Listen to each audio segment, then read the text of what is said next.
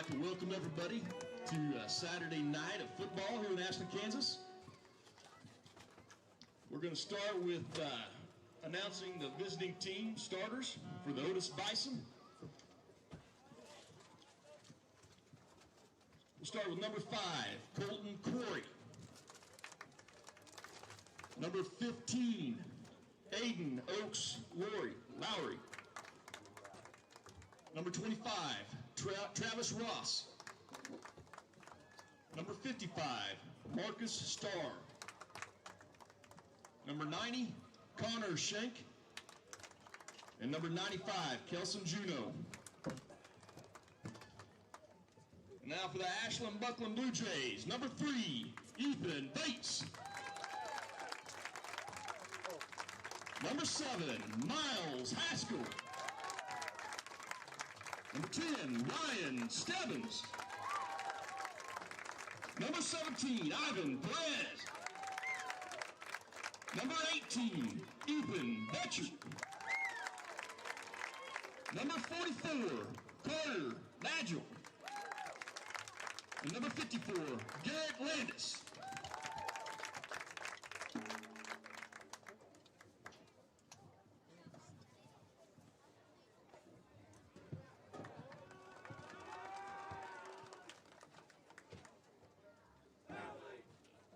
I don't see him filming.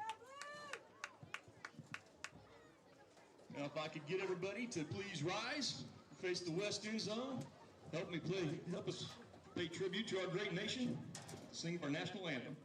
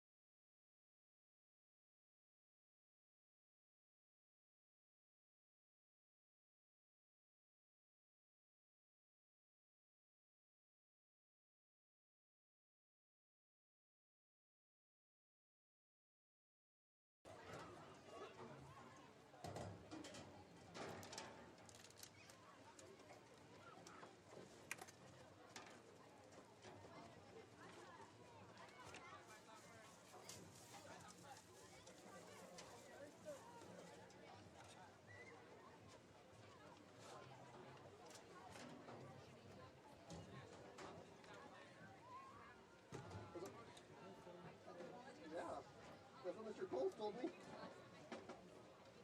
You just come down there. Just set up down there with them on this side.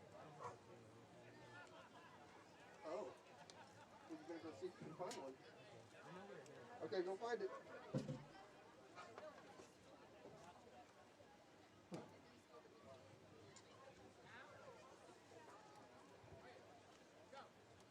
What?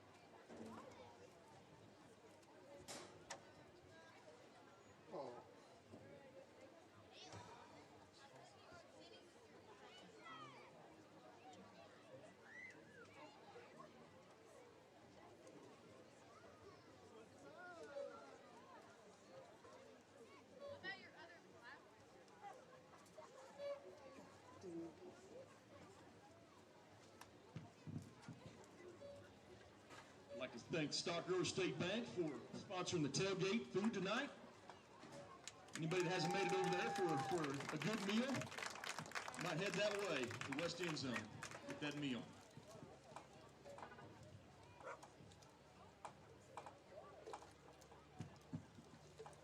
Captains for Otis-Bison tonight are number 15, Aiden Oates Lowry, number 90, Connor Shank, and number 95, Kelson Juno.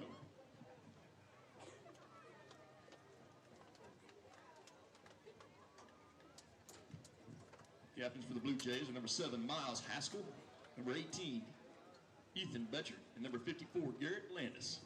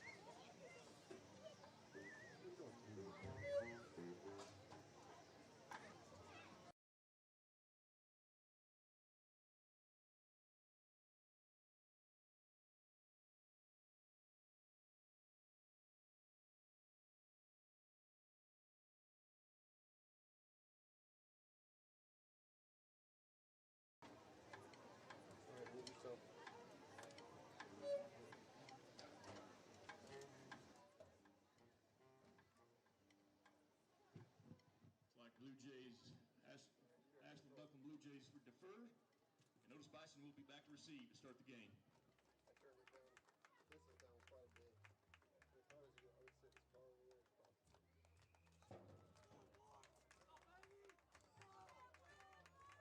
Good evening, Otis-Bison.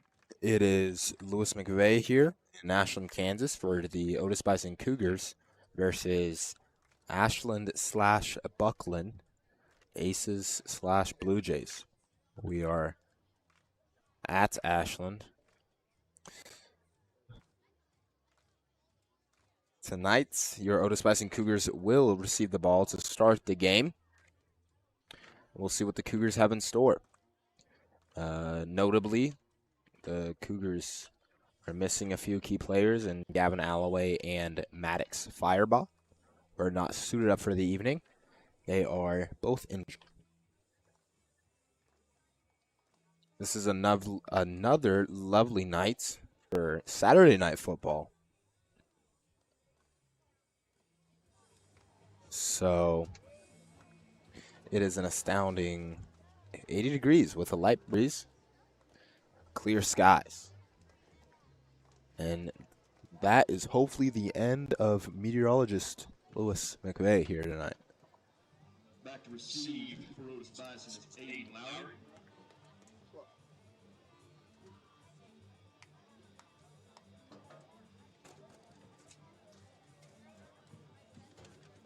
Kicking off for the Ashland Buckland Blue Jays, number 11, Jake Evans. Number 11, the freshman Jake Evans, is kicking. He's going to give a nice little squib kick, and it's going to roll out of bounds. So there will be a flag on the spot of the play, and we'll see what Coach Coles decides to do. He's going to take it from 5 yards from the spot of the foul. So it'll be 1st and 10 from approximately the 31-yard line.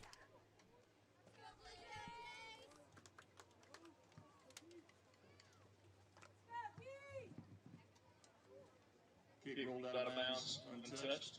Penalty on the play. 5-yard penalty. First down, Otis-Bison from the 31.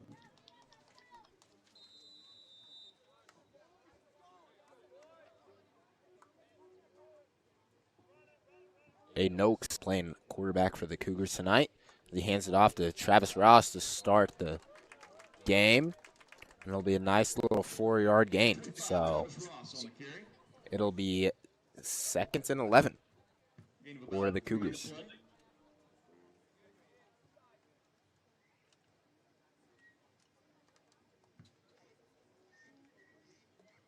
Garrett Landis and Miles Haskell on tackle.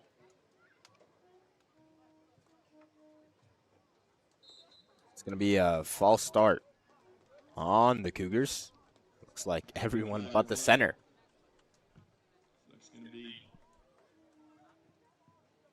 So with some of the injuries that the Cougars have, we have Colton Corey in at left guard. Travis Ross playing 3-back. And they're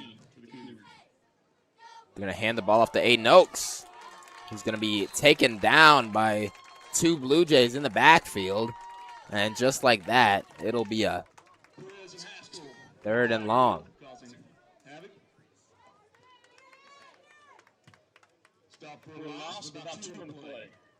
See if the Cougars decide to test the Blue Jays defense here in the air.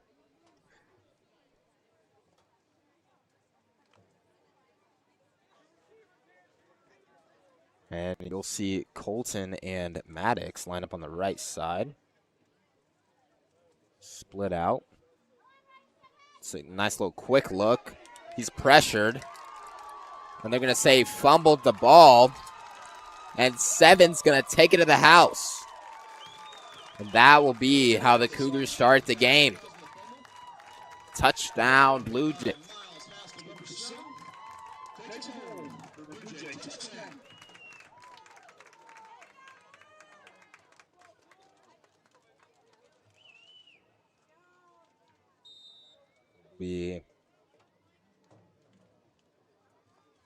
This is the first of the Blue Jays offense that we're going to see.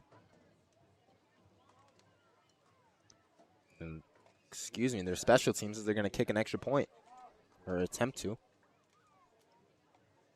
That is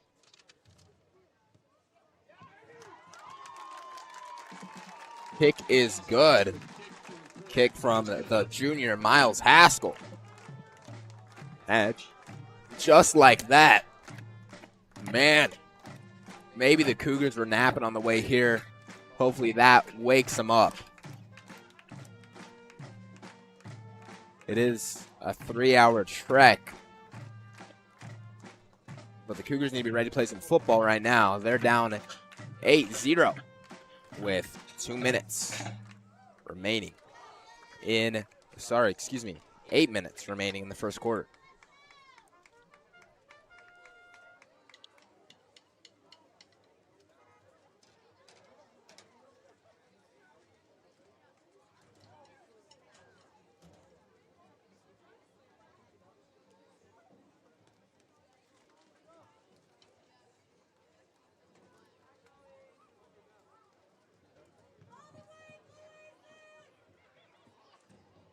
Touchdown. Number 11, Jake Evans will be kicking off.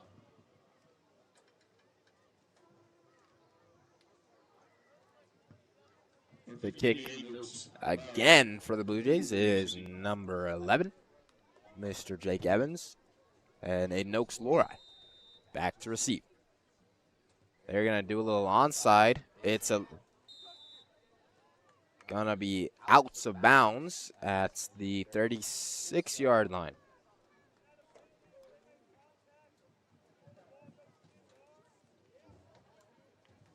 Stays out of bounds, about the 36-yard line of the Blue Jays.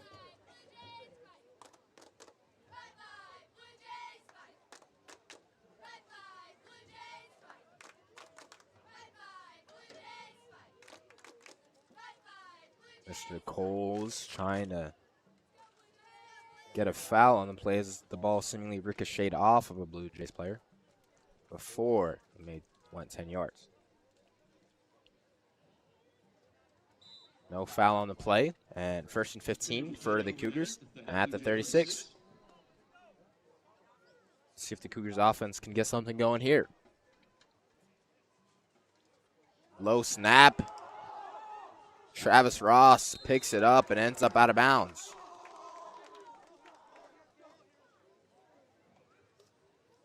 So it'll be second. Nice gain on the play. 2nd and 7 for the Cougars.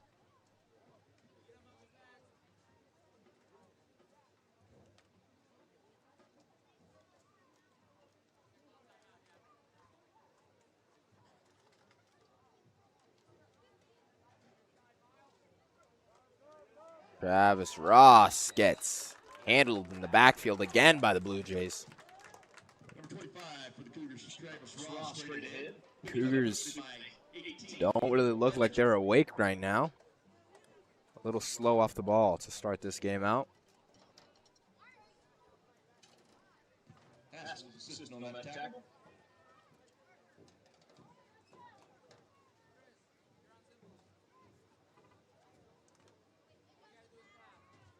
Loss of about 2 on the play. So it'll be 3rd and 9 for the Cougars.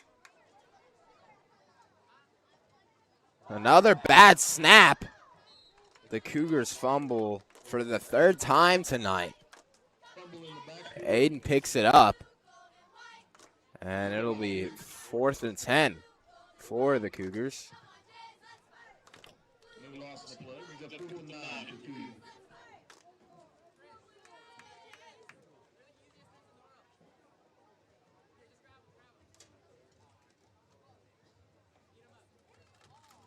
See if the Cougars have something here.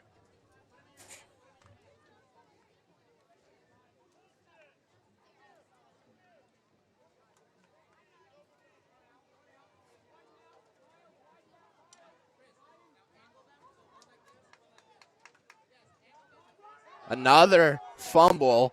Make that the 4th of the night. Deep pass. Aiden to Marcus for a Cougar touchdown. And with 4th and 9, the Cougars wake up and score a touchdown of their own.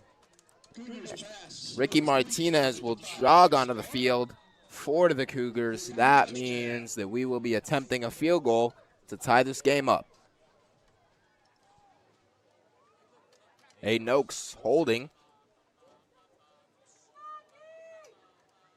Blue Jays send pressure.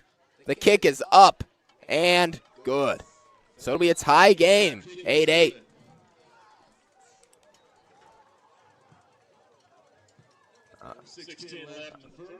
I'm sure I'm not the only one, but I was a little worried there for a little bit. But Aiden Marcus, wake us up there. Let's see if our defense can get a stop. With Gavin out and Maddox out. I know I've talked about it a little already, but our offense has to adapt. That might be the beginning of just that. We'll see if our defense can adapt too.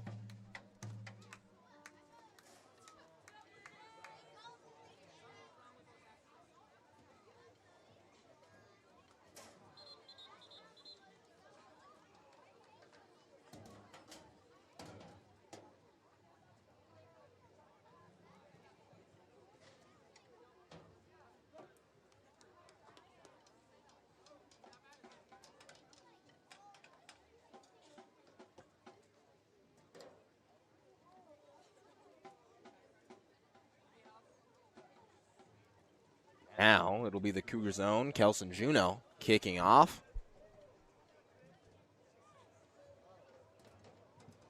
Kicking off for the Cougars will be number 95, Kelson Juneau. Back to receive for the Ashland Blue Jays, number 7, Miles Haskell. Number 7 for the Blue Jays, the junior Miles Haskell. Back to return the kick. Let's see what the Cougars have in store here.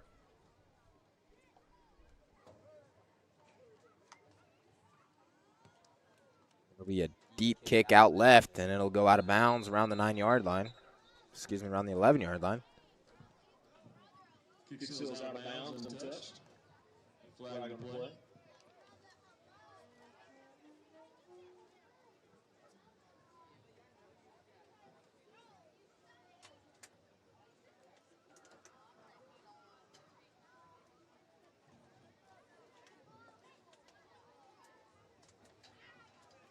The Blue Jays decide to take it at the 25. 25-yard line. So 1st and 15 for the Blue Jays at the 25. Colton Corey playing corner.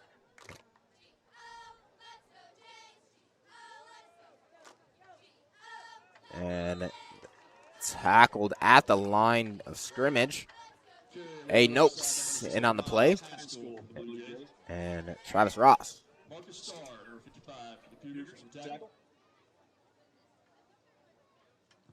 So it'll be 2nd and 15. 2nd and 14. 2nd and 15 for the Ashland Blue Jays.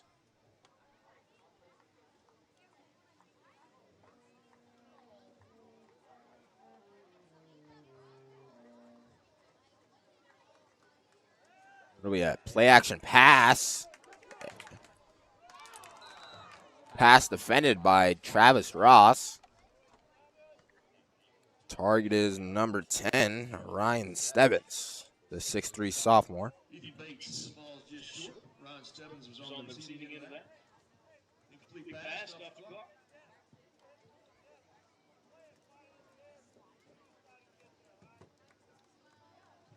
Number 25, Travis Ross, the Cougars was on the defending end of that. Brings up 3rd and 14 for the Blue Jays.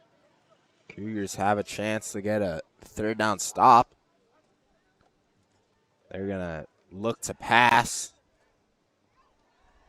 Aiden Oakes rushes.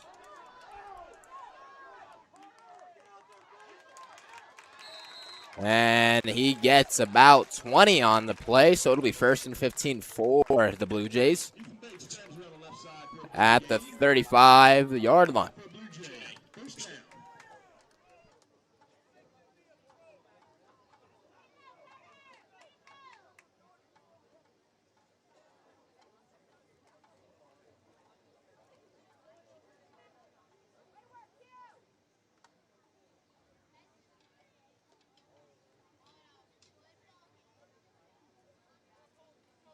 Number 7, Miles Haskell, split out left.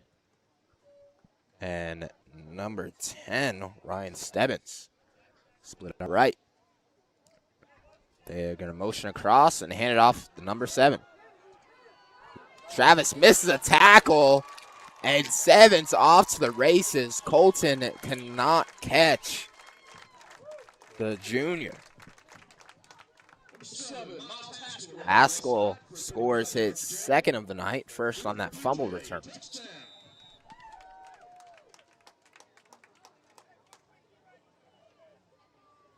Starting to feel like the offenses might take over in this game. Let's see if the Cougars can get a stop on this extra point, though.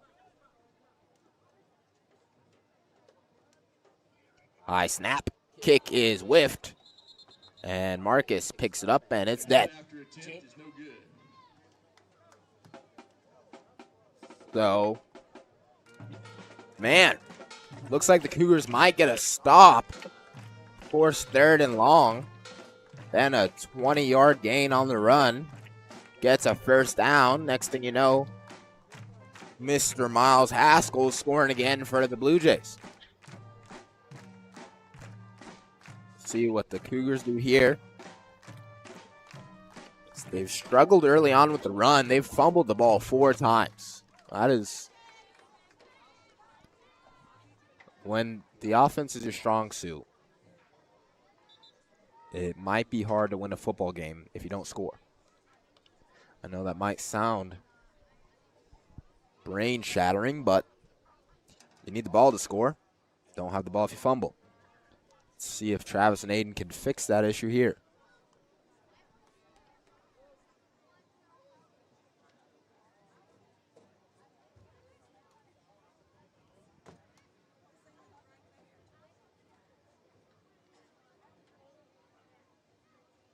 Number 15, Aiden Oaks-Lori back to receive this kick. And number 11, Jake Evans, the freshman, looking to kick it. It's going to be another onside kick. Bounces up to Connor. He falls down on the ground. It'll be the Cougars' ball around the 40. Number 90, Connor Shake on the cover for the Cougars. Side attempt will give the Cougars ball at the 40-yard line. It'll be 1st and 15 from the 40 for the Cougars.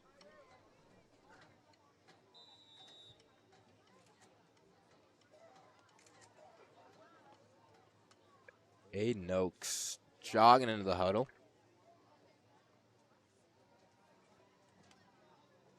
Let's see what this offense has to do here. We're in a tight look. Pistol. Hand it off to Travis once more. He gains nothing. Loses a yard on the play.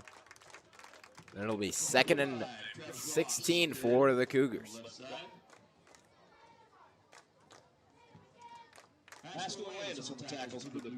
You know, I said earlier it looked like the offenses are starting to take control.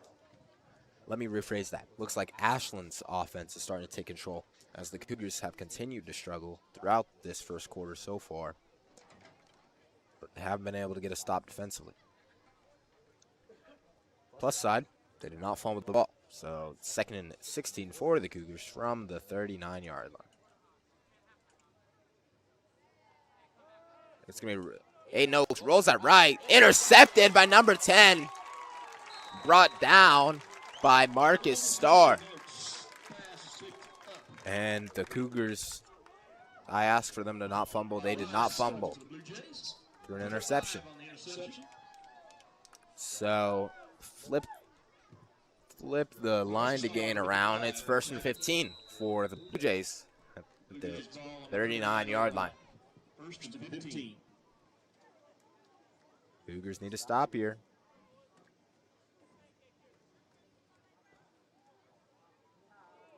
Cougars look a little deflated right now. Number 7 is going to jog around. Going to split out 3 on the right side.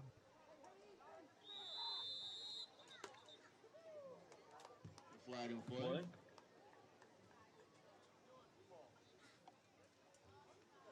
The flag on the Blue Jays. Delay a game on Blue Jays. Walk back 5 yards. Take it from there. 5-yard penalty. Make it 1st and 20 for the Blue Jays.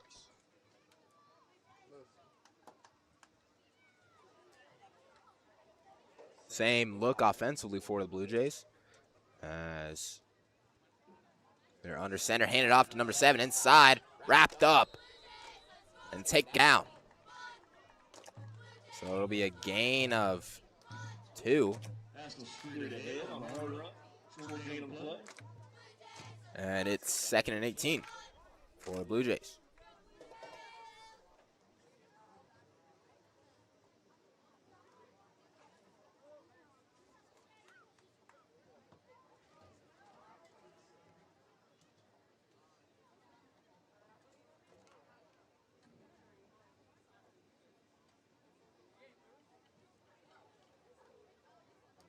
Three now in a gun look. They're going to have bunch left. Excuse me, bunch right. And throw a nice little screen look. And it goes nowhere. Screen pass was complete to Gary Landis. So it's a gain of maybe 2 on the play. And it's another 3rd and long situation for the Blue Jays. We'll see if the Cougars can force a stop this time around. Brings up about 3rd and 16 for the Blue Jays.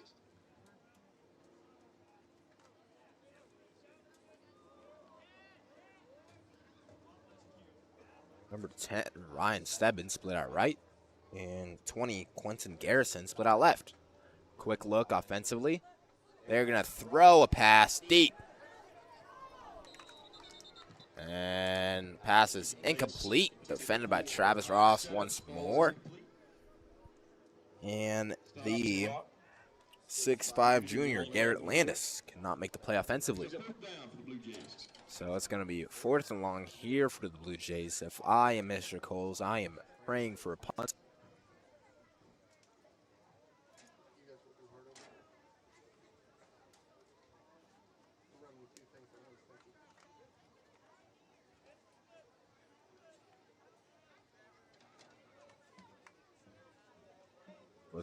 like I might just get my wish. Or maybe not. Here comes a pass. Number 55's wide open. He's going to chuck it deep, and it's going to be incomplete. So, 1st and 15 for the Cougars from the 36, 37-yard line.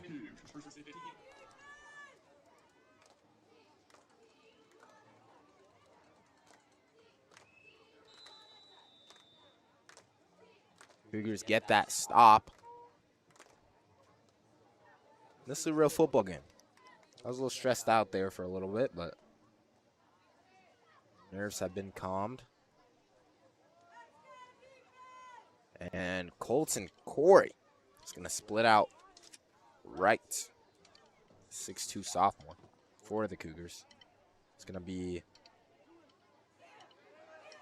a pass. Aiden rolls out right, passes to Kelson Juno. Makes a man miss and is tackled after a gain of 8.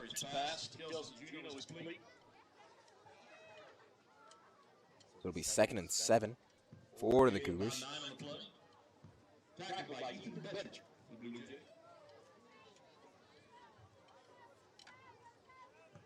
Second and 6 for the Cougars.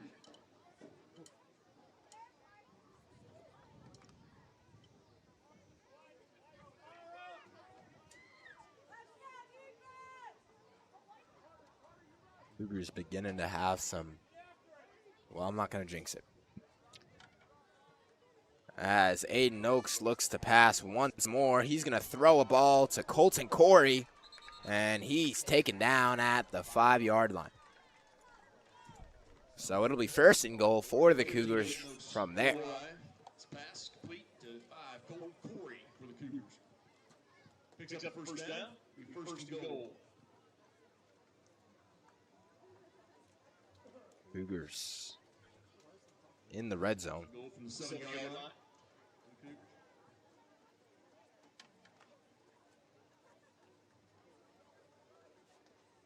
And we're going to split out.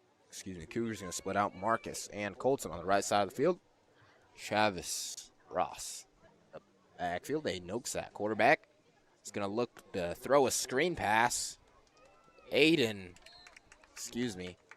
Colton leaps for an extra yard. It's tackled at the 1-yard line.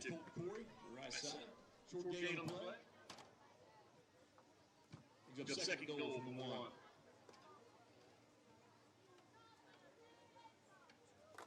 Maybe a little tush-push action. For anyone at home, that play would be illegal in 6-man football. Quarterback cannot advance the ball past the line of scrimmage.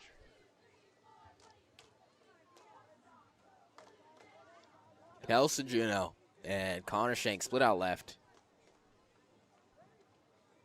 And touchdown as Kelson holds on to it. That 6'3", 265 frame.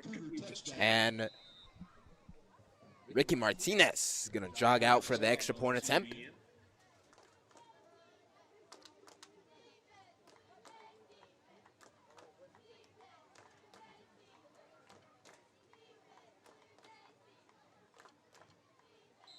The kick is just short, just low. It's probably better phrasing. So it's tied 14-all with 21 seconds left in the first quarter.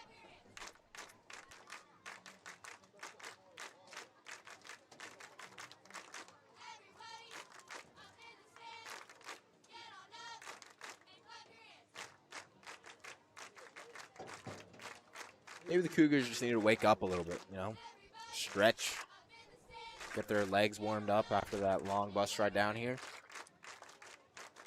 And I'm glad that they've done just that. As despite the 2 turnovers, the Cougars have awakened.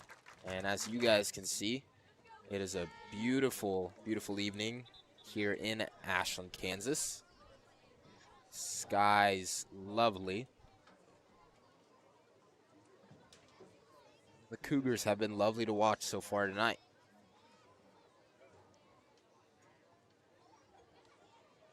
The first quarter is about to come to a close.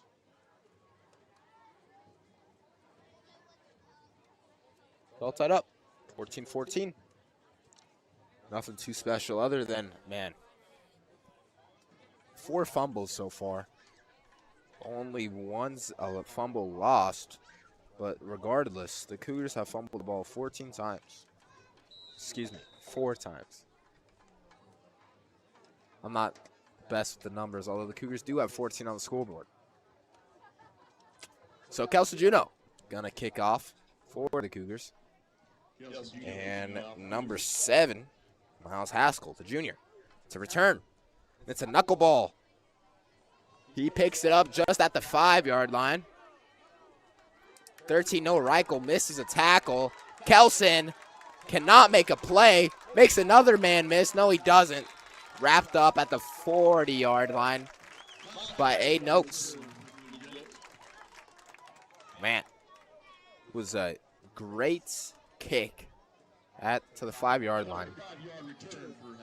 But special teams can't wrap him up. Steady runs for a nice return of 35 yards, and it's 1st and 15 at the 40, midfield.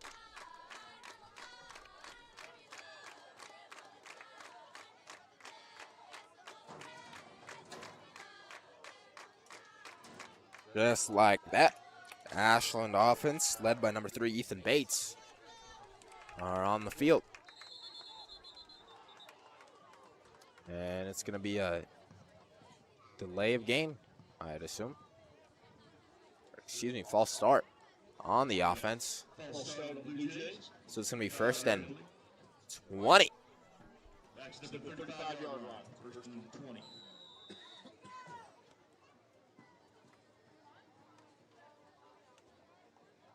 If I had to guess what play they're going to run here, it's going to be a toss to the right side of the field. We'll see.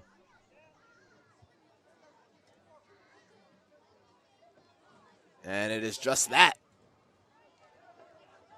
As 10 is off to the races, Colton Corey cannot make the play.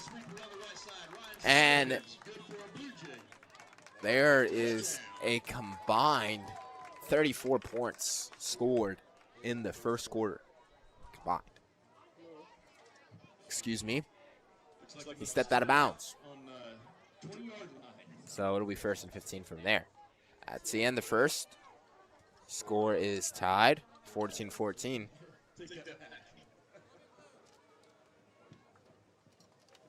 Good for a Blue Jay touchdown.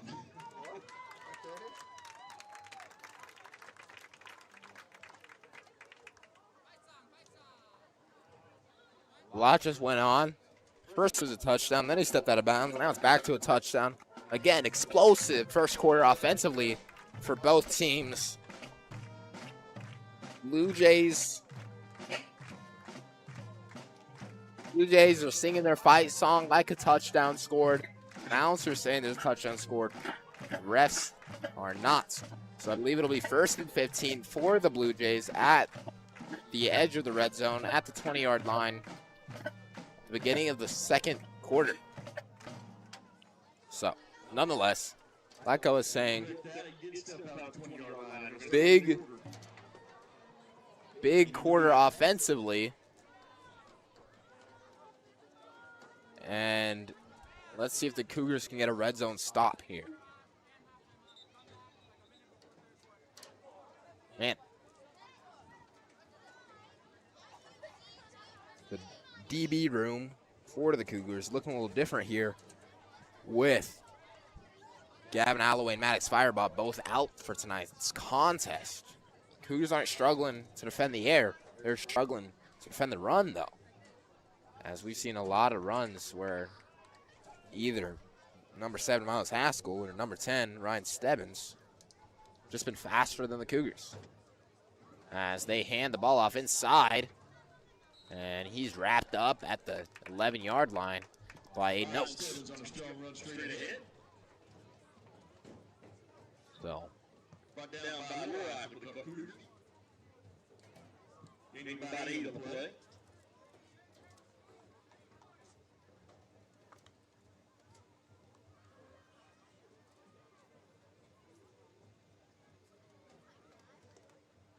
Blue Jays line up now offensively. Number 7 is split out left. Quarterback's under center. They're going to hand the ball off inside the other way around. And it's tackled once more by Aiden Oaks-Lorey. Straight ahead. Gain about 3 on the play. So it's going to be about 3rd and 3 for the Blue Jays.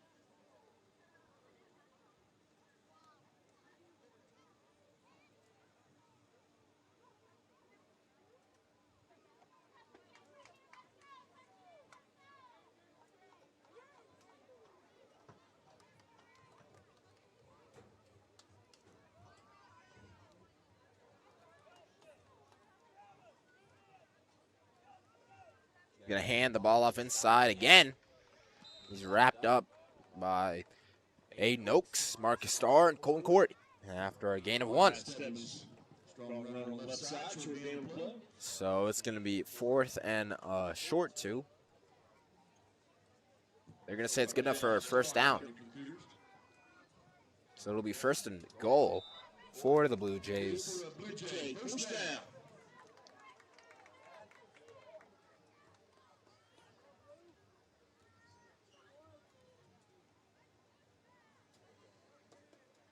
Number 7 for the Blue Jays, Mr. Haskell, lined up left. He'll motion across. They're going to hand it off to him the other way. He's wrapped up in their backfield and thrown around by Travis Ross. Reverse by Haskell. Tackling the backfield by number 25, Travis Ross for the Cougars. So it'll be 2nd Lost the play, brings up and second goal for the Matino. 2nd and goal for the Blue Jays after the tackle for a loss.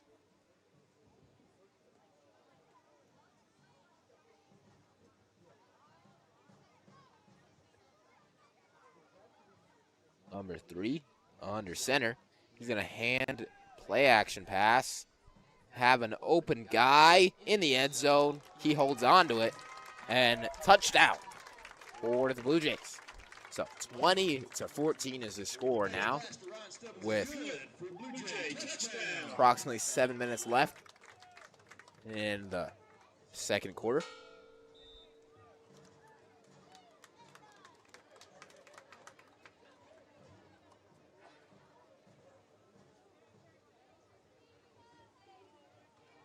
They try for the point after attempt. Snap is good, hold is good, and it's deflected by Noakes. Point after was tipped, no good. Kick is no good. Blue Jays 20, Cougars 14.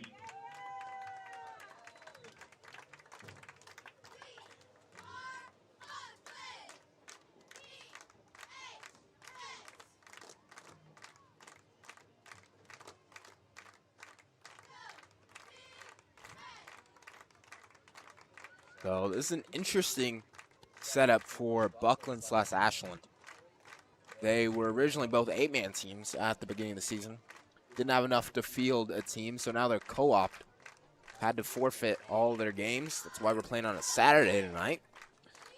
And to me, the most interesting about this is they are the Blue Jays. That's what the team says on the roster. It's where we're at right now, Ashland. But they're wearing Buckland's helmets, and their cheerleaders swapped at the quarter.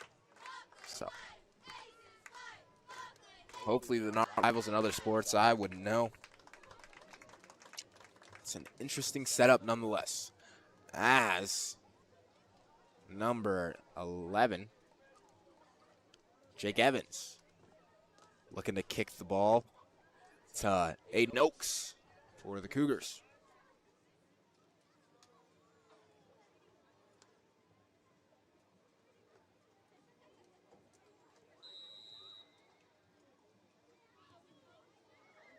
Gonna be an onside kick that's good. The onside kick was recovered by the Blue Jays. So Blue Jays will take over at the 39-yard line.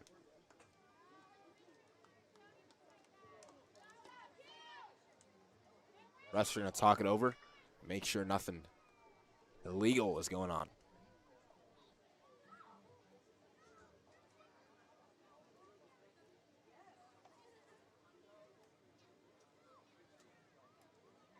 I don't know what they could possibly be discussing. Maybe if it bounced high. I was going to say it looked pretty clean to me. And it's 1st and 15 still from the Cougars 39.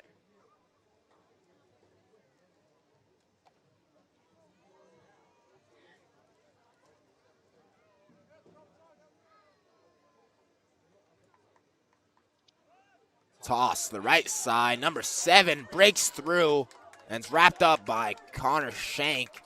And again, eventually brought down by the Cougars. So it'll be 2nd and 6 for the Blue Jays.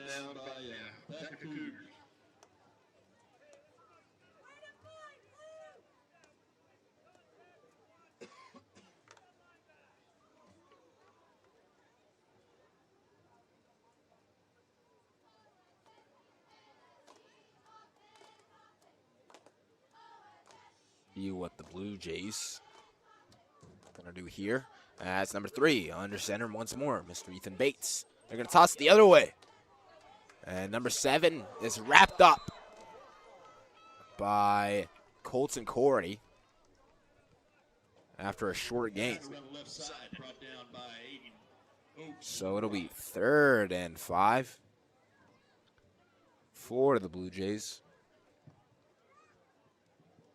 Gain on the play. 3rd and 7 for the Blue Jays.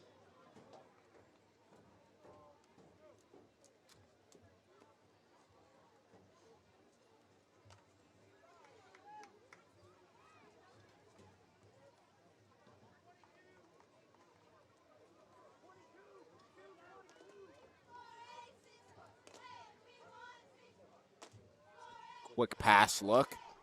Cougars leave a guy wide open, and number 10 ends up out of bounds.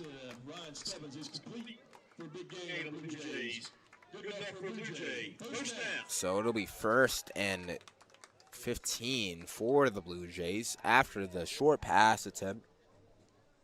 Yards after catch are good enough for a 1st down. So let's see if we will see if the Cougars can hold strong here in the red zone.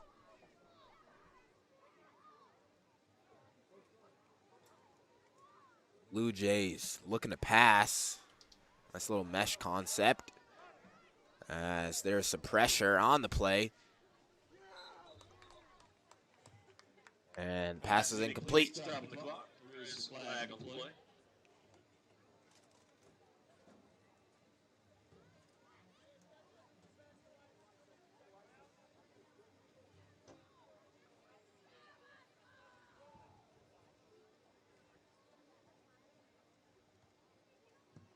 Like a holding call against the Blue Jays. So after the holding penalty, it'll be 2nd and goal from the, 1st and goal still from the 25. Repeat 1st down. 1st and goal from the 25-yard line.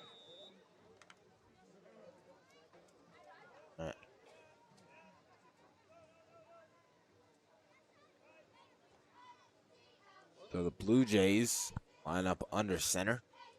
And they're going to hand it off inside once more. And he's brought down after a gain of 1. So it is now 2nd and goal from the 24-yard line. Brought down by number 95, Kelson Judo, Cougars. 2nd goal. Marcus Starr on the play.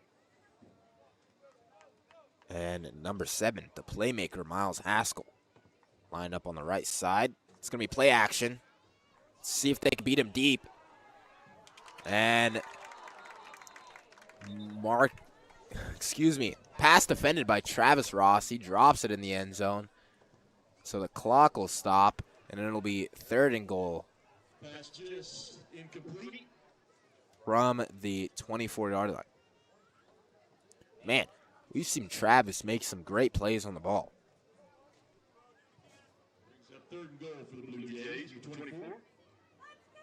Let's see if the Cougars can get a 4th down here.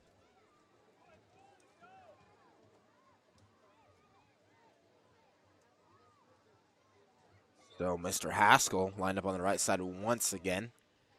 And under center, play action. They're going to do the same thing again. And it's going to be broken up by Travis. Incomplete pass intended by Miles Haskell again. Broken up by number 25, Travis Ross. 4th and goal from the 24-yard line for the Blue Jays. If I'm Mr. Coles, I'm going to line up in a quarters look defensively and just have a bunch of people hanging out in the end zone. We'll see.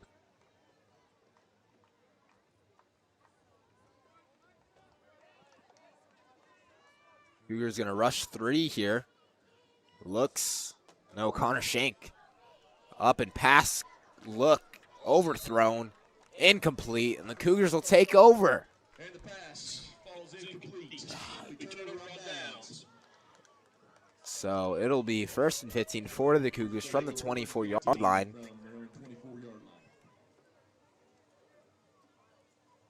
4:19 left to go in the 2nd quarter. Let's see what the Cougars offense looks to do here. Festivities here at halftime.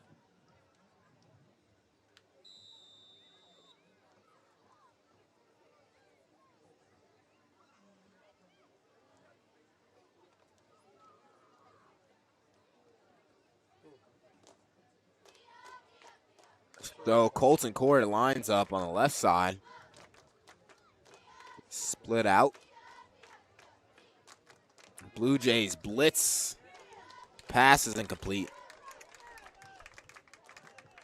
And it'll be 2nd and 15. Pass falls incomplete. Good pressure from Garrett Landis for the Blue Jays.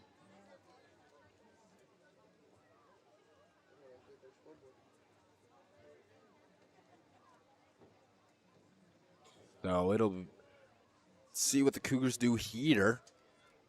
To come up with a new phrase, and not a lot.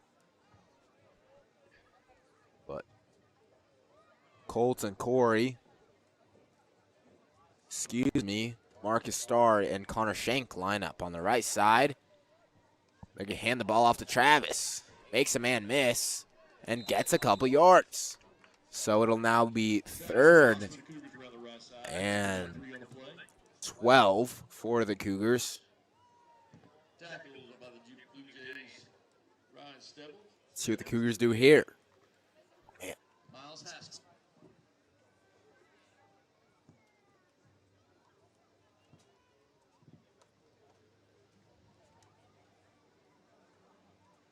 Third and 12, I would guess pass.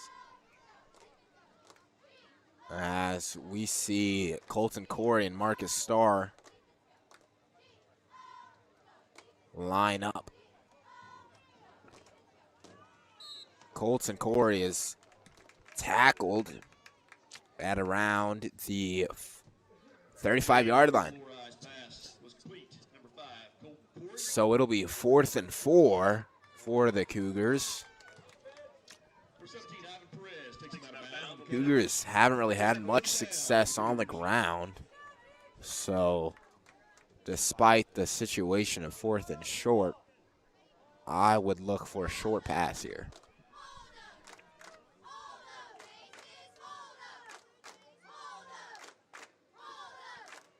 Aiden Oaks rolls out, throws a dart to Colton Corey. And it'll be 1st and 15 for the Cougars from the 27-yard line, 28-yard line.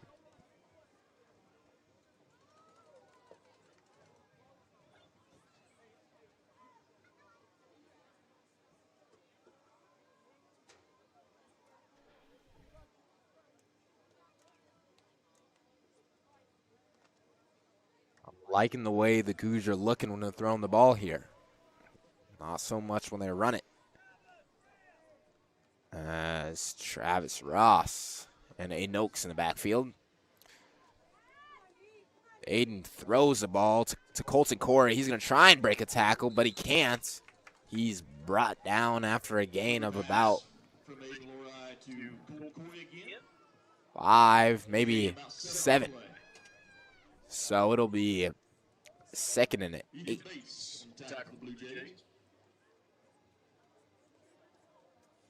2 minutes and 20 seconds and counting.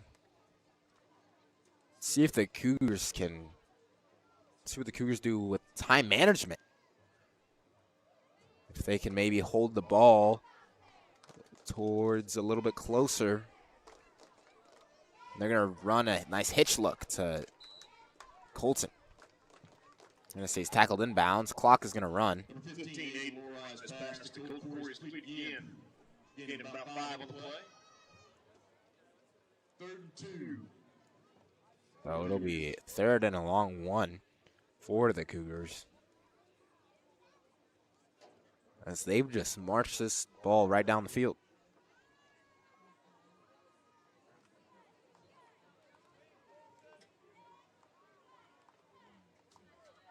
See Kelson Juno and Connor Shank split out left. They're going to pass the ball to Kelson. He's going to break a tackle. Takes 3 guys to bring him down inside the 10-yard line. And the clock's going to just keep on going. Aiden pass was complete to Kelson Juno with a hard run for the 1st down for the Cougars. Makes it 1st goal from the 9-yard line. So a minute left in the first half. 1st and goal for the Cougars. This can either become beautiful time management or really ugly really fast. We'll see. Going to hand the ball off to Travis. He's going to cut inside and score with 35 seconds left. Excuse me, 36.8 seconds left. And beautiful, beautiful offensive series for the Cougars as Ricky Martinez jogs himself on the field. Or the point after attempt. The kick is good. And the Cougars take the lead here with 36.8 seconds left in the first half. Ashland 20 and Cougars 22.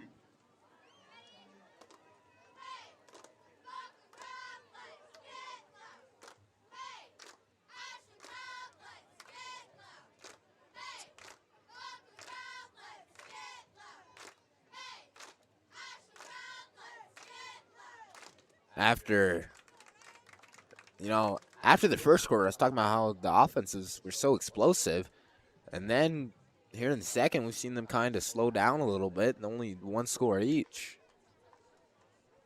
So, still have a whole half of football remaining.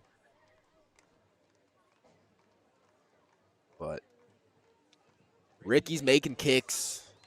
Aiden's completing passes. Colton's catching passes. Travis is scoring touchdowns. Cougars are here.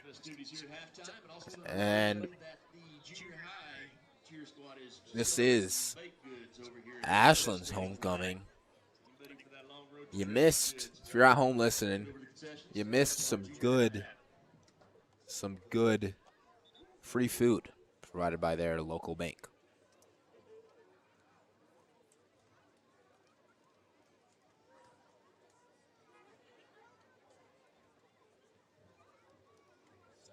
Kelson Juno walks himself to the 30-yard line to kick this football.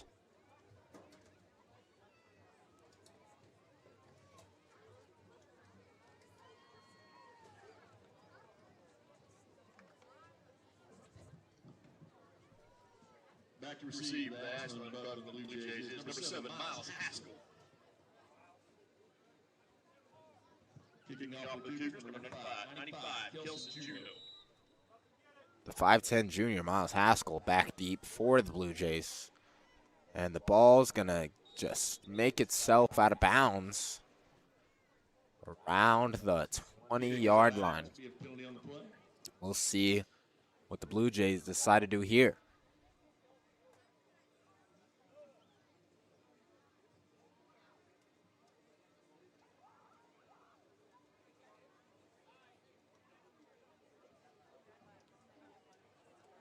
So, Cougars are going to re-kick after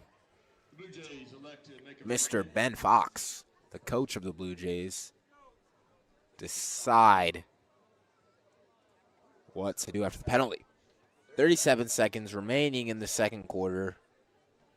Hopefully nothing crazy happens here. But six-man football. Someone could score every single play.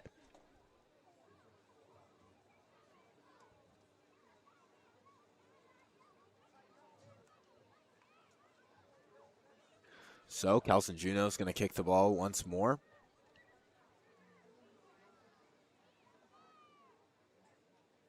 And Mr. Haskell is going to look to receive once more.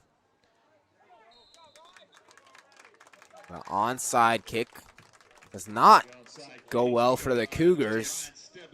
And so the Blue Jays will take over 1st and 15 from the 35. 35 seconds remaining in the first half. And the Blue Jays are in good to great field position right now, as number 13, Noah Reichel, comes on the field for the Cougars.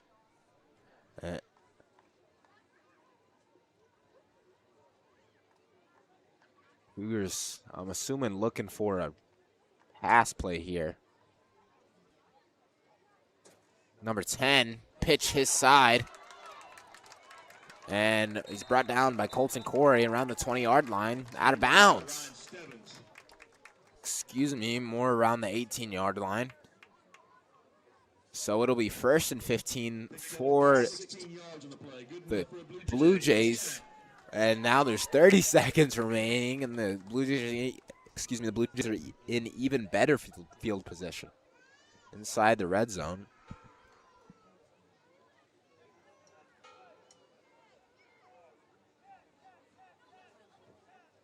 Pitch to the other side.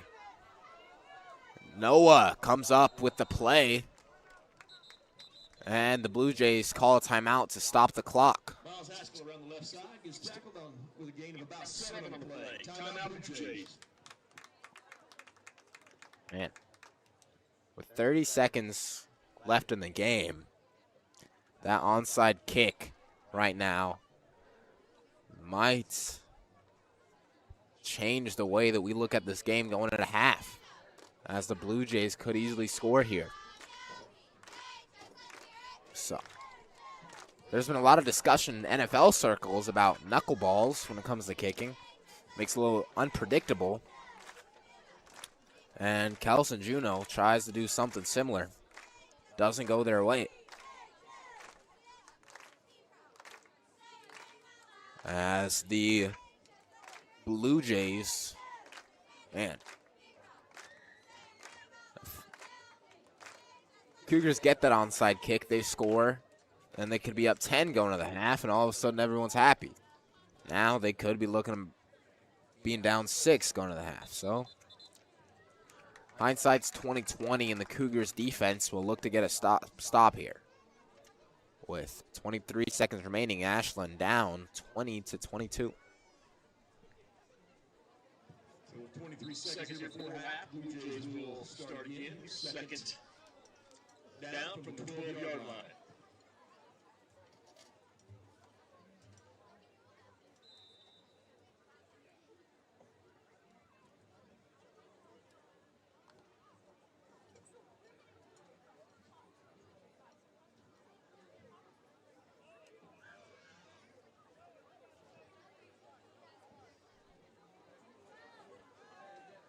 Pass complete.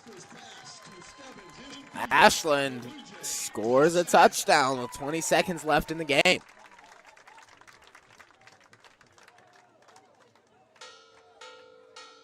It'll be an untimed down for the PAT. Man. Good to bad real quick.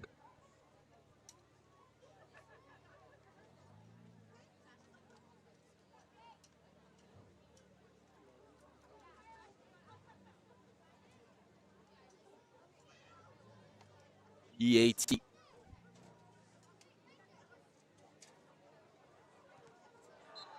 Kick is blocked by Travis Ross, making all sort of plays throughout the night so far. And the Ashland Blue Jays lead by 4. Let's see what the Cougars draw up offensively with 20 seconds left in the game.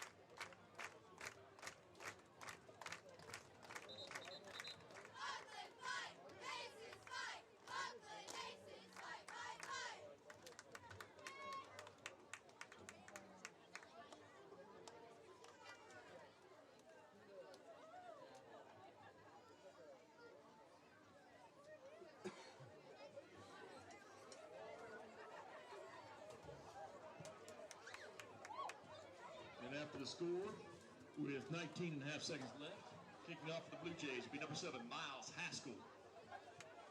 Miles Haskell kicking the ball for the Blue Jays, and I think that means the ball might end up a little short. Or the complete opposite as he boots it off to Aiden Oaks. He's going to look to try and make a play. There's 15 seconds remaining. He breaks a tackle, breaks another, and it's brought down at the 35-yard line. As the clock ticks to 9 seconds. Out to the 36-yard line. String tackle by number 20, Quentin Garrison.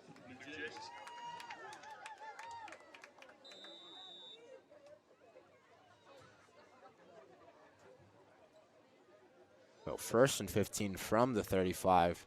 10 seconds remaining. It's about one play here. Unless there's a quick pass. They're going to run the ball to the right side. And the Cougars call timeout to stop the clock with 5.5 remaining.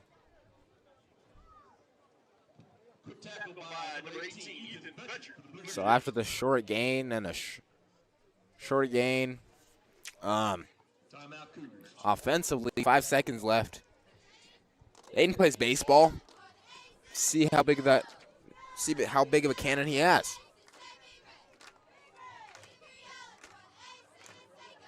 Don't have many more options other than maybe some trickery to try and score with 5 seconds remaining. The issue with the latter, again, the option of trickery comes risk, and the Cougars have fumbled many times tonight. I wouldn't want to go from bad to ugly. Again, at halftime is Ashland's homecoming, so you should be able to see some of that if that is of interest to you.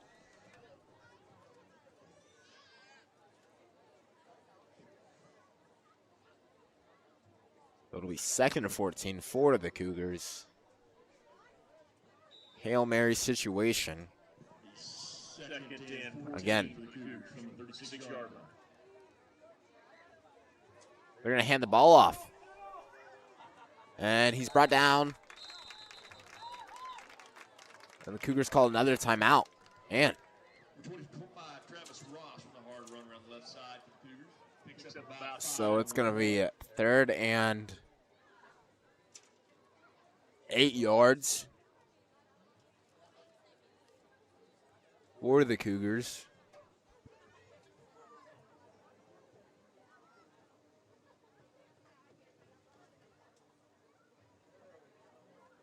If the Cougars run the ball here, I would be very, very confused. Run the ball in early downs, maybe get it more manageable for a long pass. But if you run it on 3rd and 8 from the 37-yard line with 0.8 of a second remaining,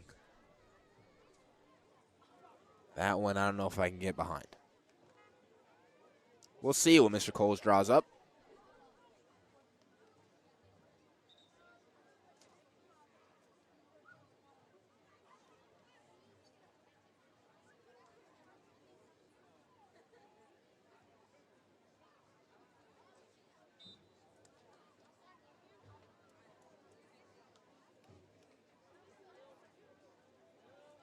Noah Reichel, Colton Corey, Marcus Starr, Kelson Juno, Aiden Oaks, and Travis Ross out for the Cougars.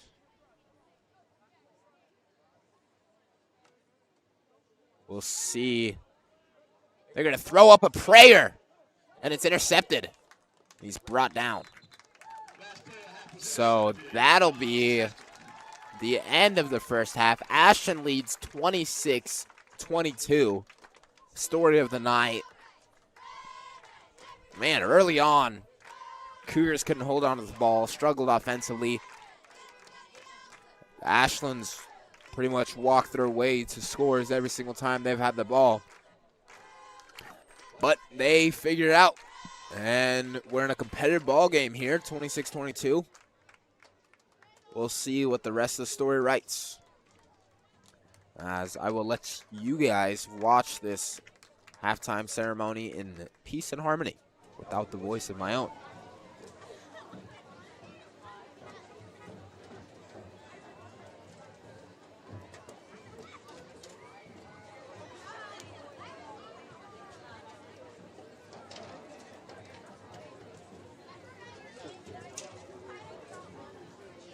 Ladies and gentlemen, the Ashland High School Student Council is excited to welcome you to the 2025 Fall Homecoming Ceremony.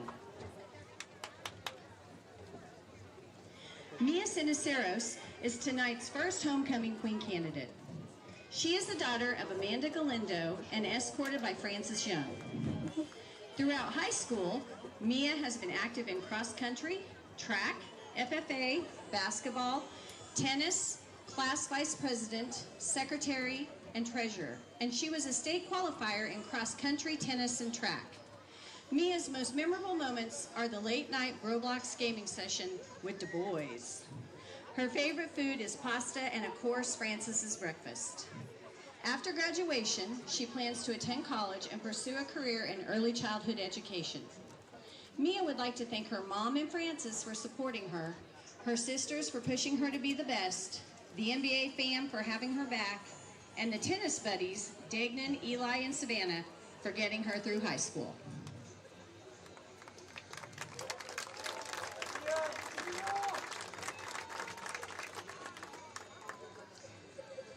Riley Ward is tonight's second homecoming queen candidate. She is the daughter of Brian and Rebecca Ward. Throughout high school, Riley has been active in volleyball, track, cheer, basketball, Scholars Bowl, National Honor Society, Gold Honor Roll Student Council, FFA, and Senior Class President. Her most memorable moment is breaking a pole vault record for the second time after a home track meet. Riley's favorite food is her mom's chicken Alfredo or Rocio Amaya's homemade rice. After graduation, she plans to attend Washburn University to get a master's degree in social work. Later on, she plans to move far away to explore the world. Riley would like to thank everyone who stood by her, not just through her best times, but through her hardest. This has made her into the person she is today. And most importantly, she wants to thank her mom for being her ride or die. Let's give Riley a round of applause.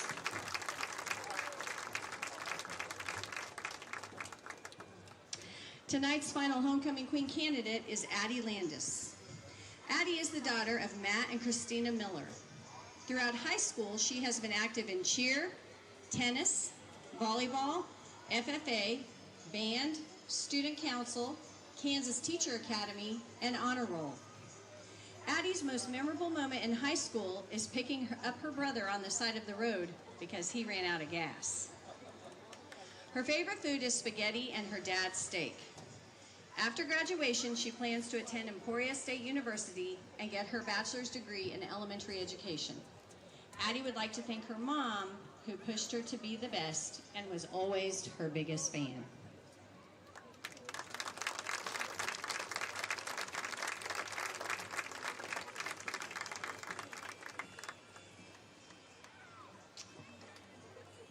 Our sole senior boy and our homecoming king candidate for tonight is Enrique Saravia. He is the son of Tony and Christina Saravia. Throughout high school, Enrique has been active in FFA, cross country, and track. Enrique's most memorable moment are the snowball fights in Miss T's class. His favorite food is anything his mom makes. After graduation, Enrique would like to attend Dodge City Community College for 2 years and then go to Fort Hays for his bachelor's degree. He would like to thank his mom and dad for being supportive and shaping him into who he is today, and his brothers for always pushing him to do the very best he can.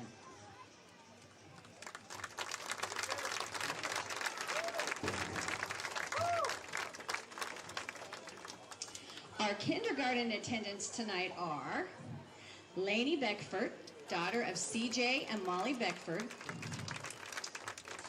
Cole Betchert, son of Jake and Amber Betchert, Weston Henderson, daughter of Hayden and Kelsey Henderson, and Evie Bush, daughter of Stephen and Aaron Bush. And now, ladies and gentlemen, the moment you've been waiting for. Our 2025 Fall Homecoming King and Queen are Enrique Saravia and Mia Ceniceros.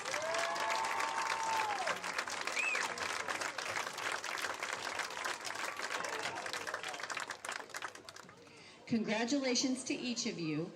The Ashland High School Student Council would like to thank everyone that helped to make this ceremony possible. That concludes our ceremony. However, while they're crowning folks, I am going to make an announcement for our parade yesterday. For our floats, our third place float went to the 7th grade class with Kick the Cougars. Our second place float went to the 9th grade class for Wrestle the Cougars. And our winning float went to the sophomore class for Nacho Average Blue Jay. Party like there's no mañana. So congrats to all of them, and we will catch up with them for their prizes on Monday. We thank you all, and let's go Blue Jays.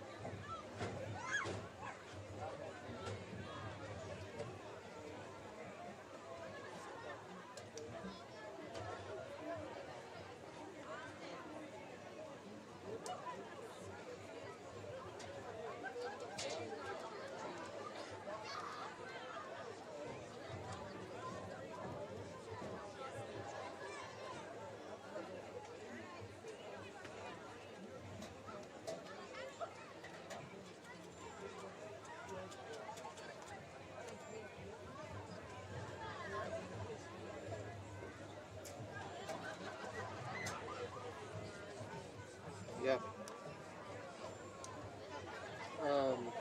What do you mean, 2? Yes, please.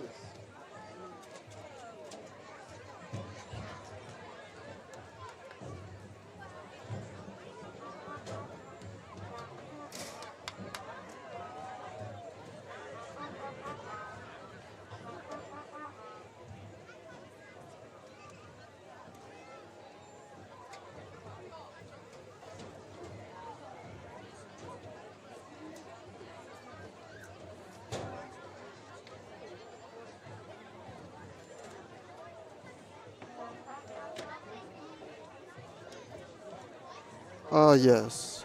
This is the famed waxing crescent. It will get bigger the next couple of days until it's a full.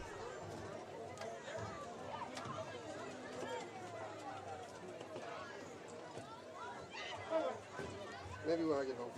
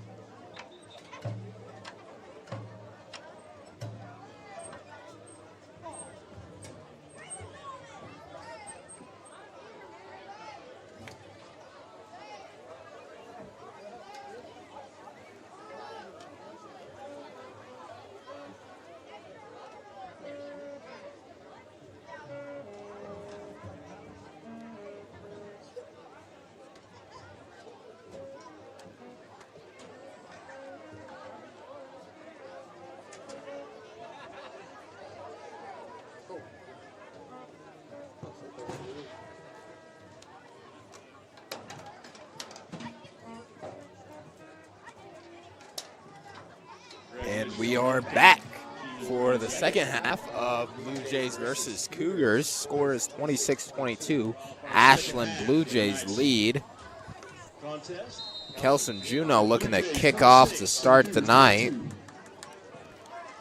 To receive, number 7, Mr. Haskell. See if he can make a play here to start the second half. And Kelson's kick is deep. Picked up around the foul.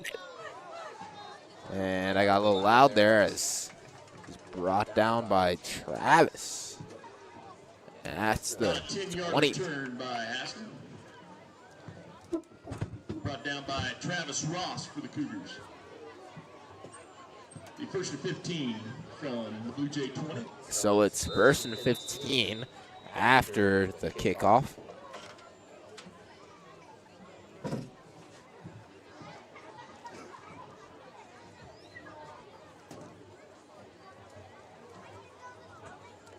Number 3, Ethan Bates under center to start the second half. Pitch to the left side. They're going to pass. It's number 10 who's wide open. The pass is complete at the 38-yard line. First and 15. What a play there. Pass didn't look like the best, but it got there. Ducks still fly.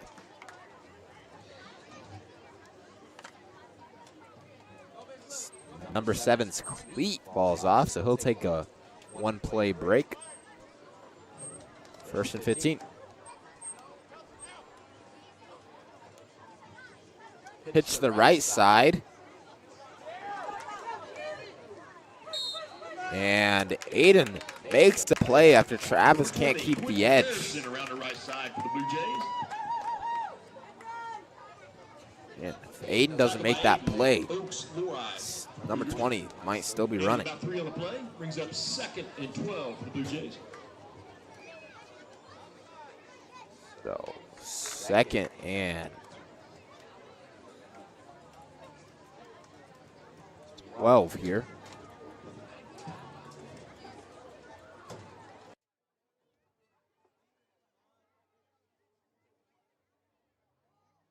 And the pass. Number 7 is going to try and make a move. Get past Kelson.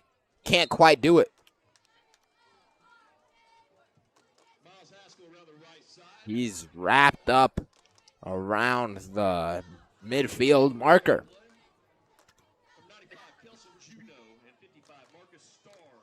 So it'll be 3rd and 9, 3rd and 8 for the Blue Jays.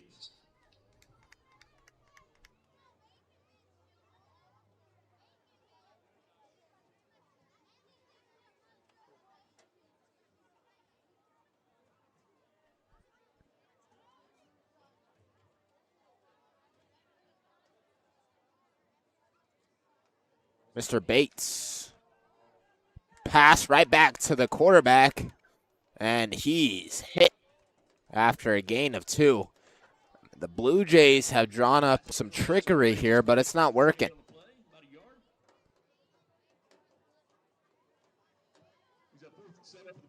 So it's 4th and 7 here.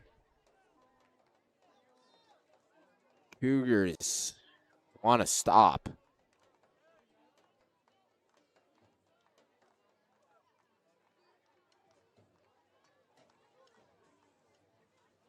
Cougars look like they're rushing 3. Toss to the right side. He's going to pass.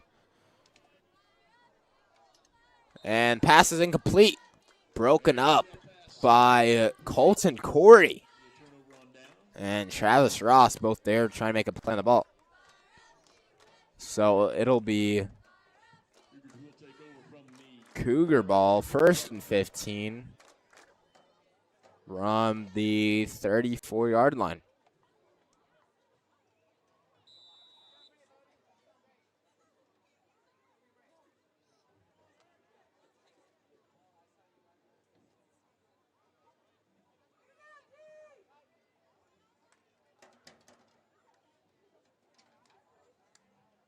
Just a look here. Hand off to Travis, and he gets a gain of 1.5. So it'll be 2nd and 14 from the 35.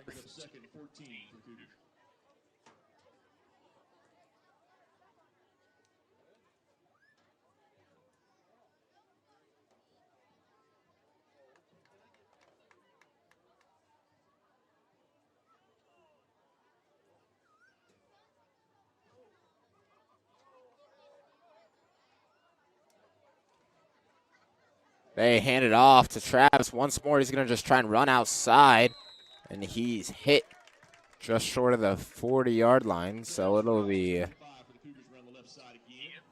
3rd and, let's say 3rd and 8 for the Cougars.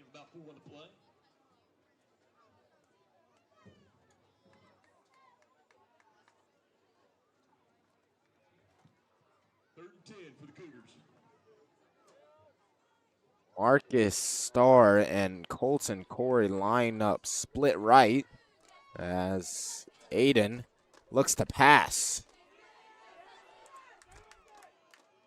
And he's going to chuck one to Marcus. Hits his hands and drops to the ground. There are 3 different foul markers on the play.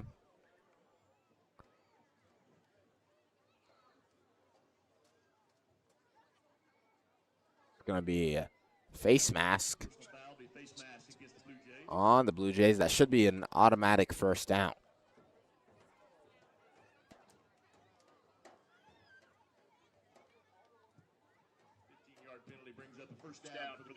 So it'll be 1st and 15 for the Cougars at the 26-yard line. Cougars are moving down the field here.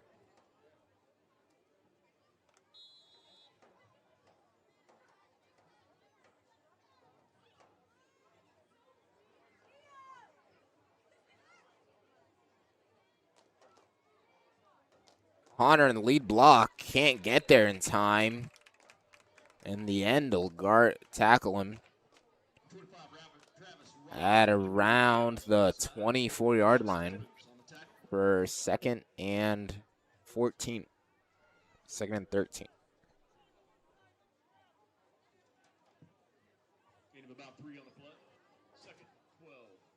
Mr. Cole's trying to tell Travis not to bounce everything outside. Stay inside the lead blocker. We'll see what he does now.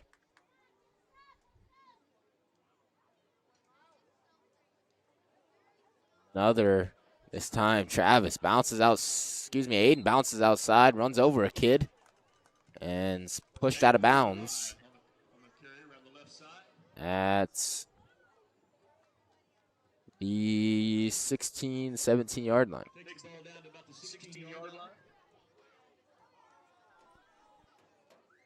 So it'll be 3rd and a handful here.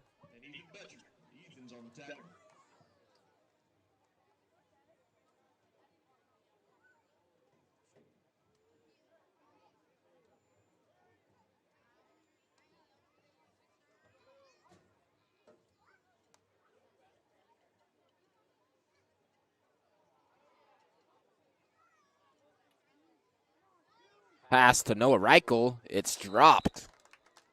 So it'll be 4th and 8.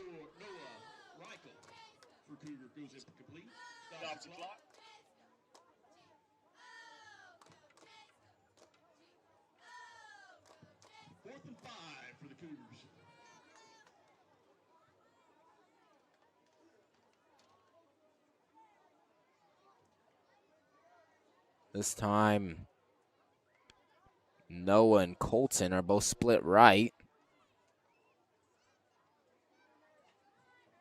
We'll see.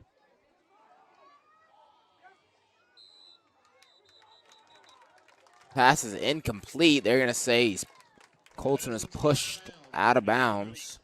So Blue Jays will take over at the 18-yard line. Their own 18-yard line. So Blue Jays lead 26-22 with 6 minutes 15 for the Blue Jays from the 16-yard line. remaining in the third quarter.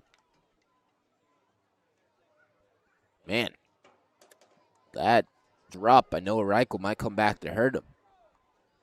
So they're down 1 score still. Let's see if the Cougars can get another stop here as Blue Jays line up under center. Now they pitch number 10 left side, and he's wrapped up and pushed out of bounds. Noah Reichel in on play. Around the left side with a big gain behind a wall of blockers. So it's going to be 2nd and 8 for the Blue Jays now. Brings up 2nd and 8 for the Blue Jays from the 25-yard line.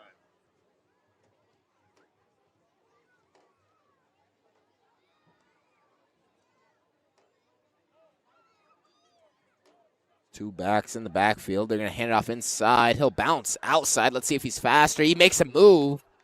Wrapped up by Marcus Starr at the 31-yard line. Ryan Stebbins around the right side. Picks up the first down for the Blue Jays. So they're going to say it's good enough for a Blue Jay first down. Tackler on that play was number 55, Marcus Starr for the Cougars.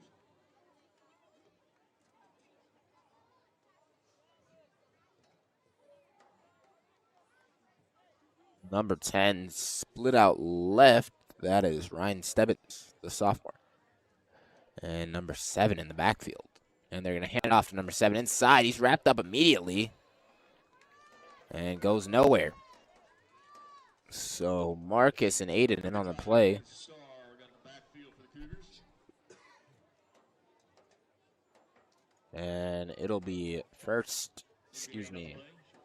and 15 for the Blue Jays. 2nd and 15 for the Blue Jays.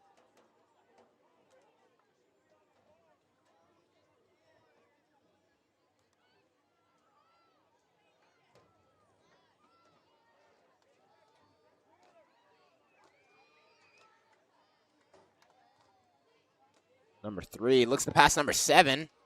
Incomplete. Pass defended by Noah Reichel.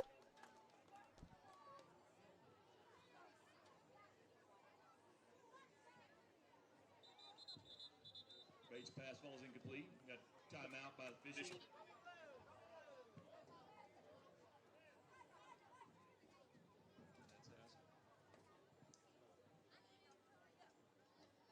There's an injury timeout.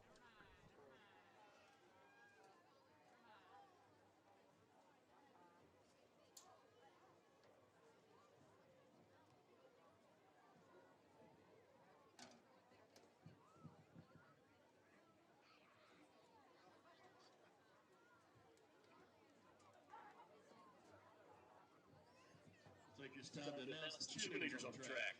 Good. Cheerleading squad. It's the Ashland squad. We got Brecken Prosser, Addie Landis, Hayden Garman, Jace Brown, Alexandra Harrington, Katie Baker, Molly Harris, Eliana Glendo, and Ellie Landis. Doing a great job, ladies.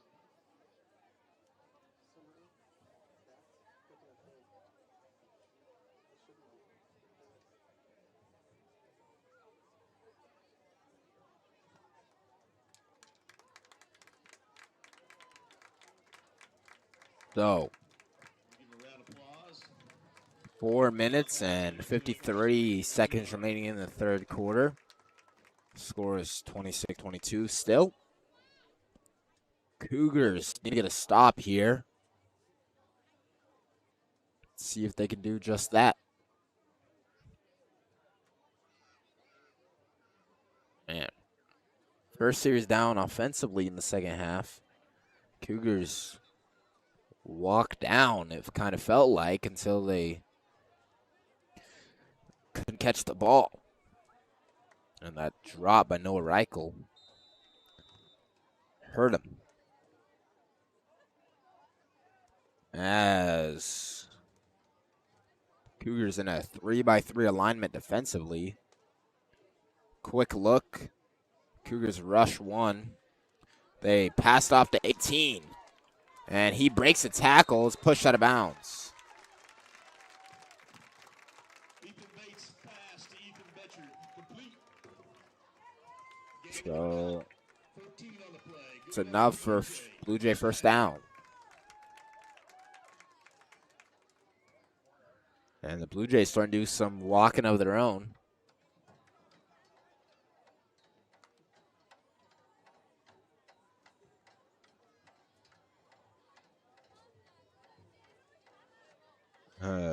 They have two backs in the backfield. They're going to say there's a false start on play, so it'll become 1st and 20 for the Blue Jays.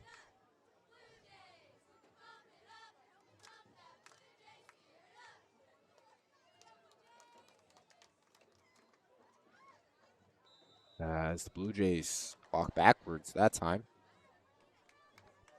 And they're in the same look offensively.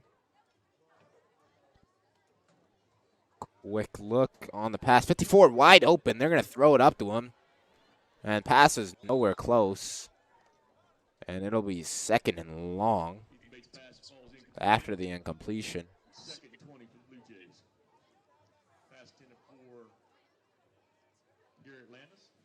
Mr. Anton Faust coaching up Connor Shank there.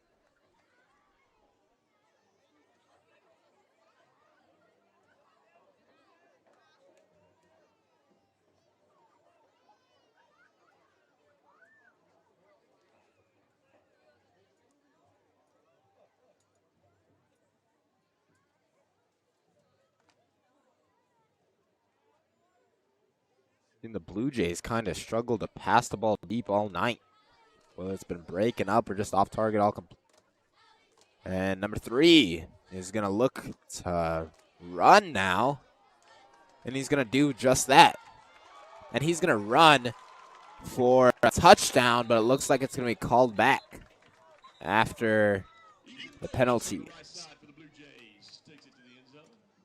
So it's going to be a block in the back on the offense, and then take those 6 points off the board.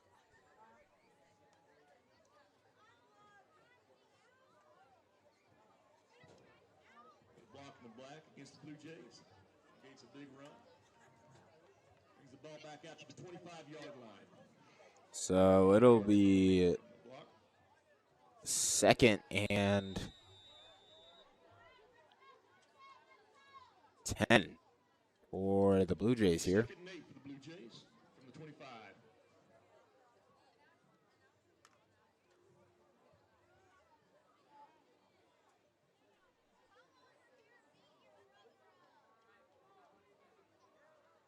Blue Jays looking to pass again. Here's so. They're just going to dump it off. It's dropped by number 10. So now it's going to be 3rd and a handful. Brings up 3rd down for the Blue Jays.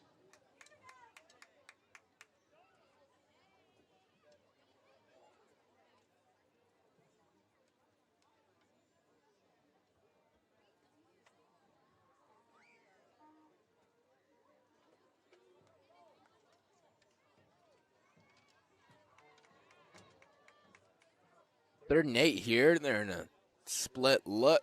Pass it back to 3 with the lateral. He can run. Let's see if he does. He's going to decide to.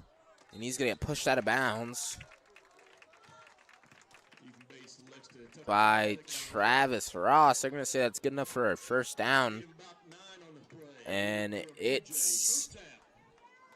should be 1st and goal for the Blue Jays.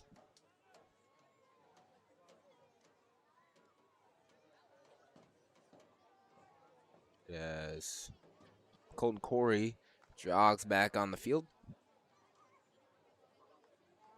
Connor Shank's going to look to take a break here.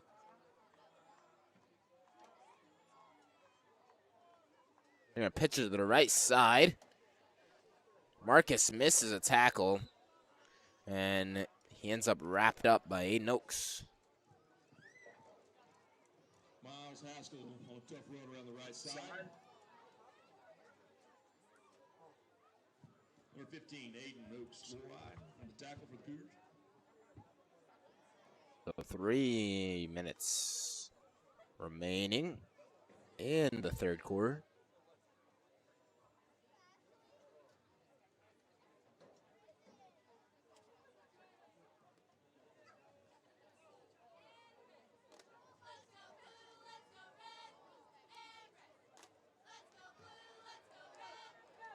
And that's, man. So let's see if it brings it back again.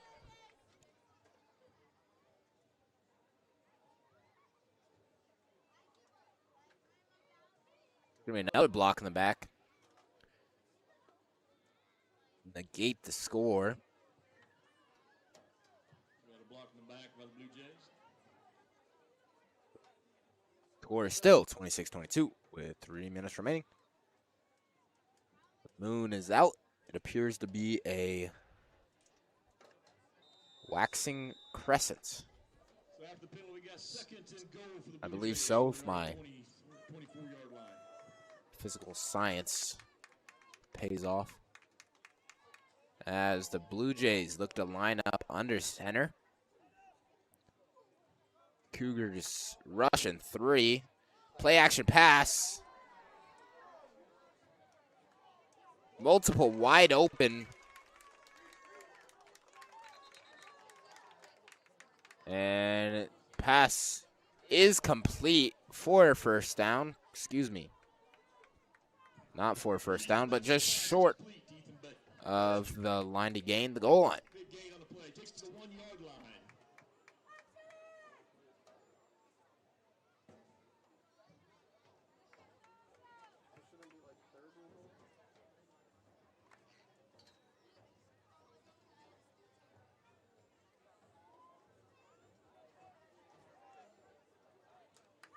So 3rd and goal here. And they try to hand it off inside, and they do. They're going to say it's good enough for a Blue Jay touchdown.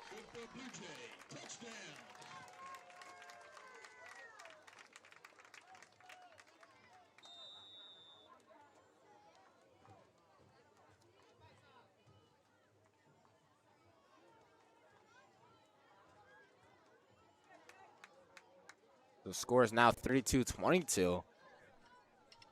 As the Blue Jays look to make it 34-22, and they do not. Point after is no good. So Cougars down by 10 with 2.5 left.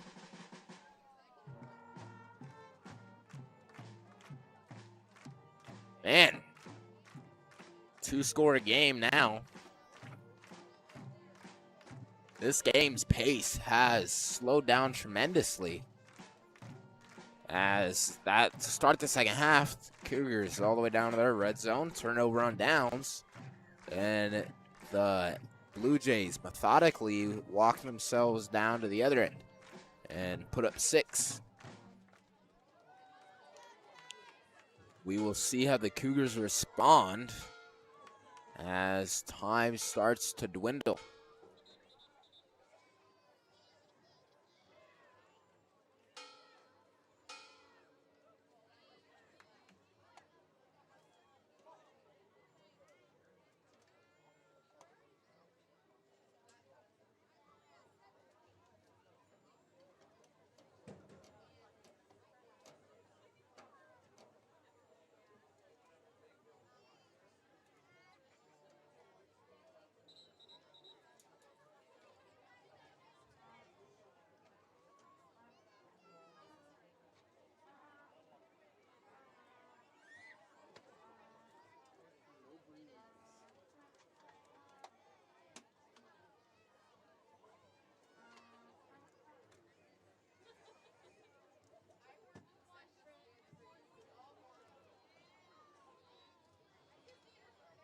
The Blue Jays looking to kick off And they're going to do it. Kick is received by Connor Shank. Number 90, Connor Shank covers up the onside for the Cougars. Take over 1st and 15 from the 40.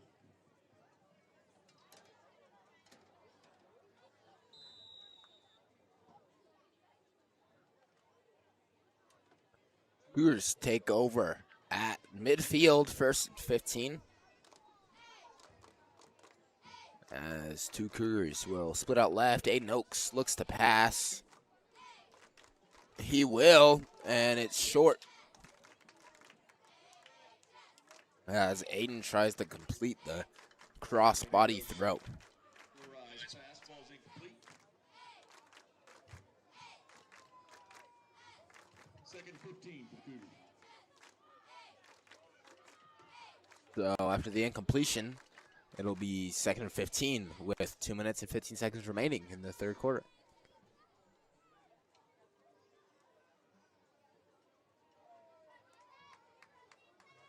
Travis Ross and Colton Corey split out left.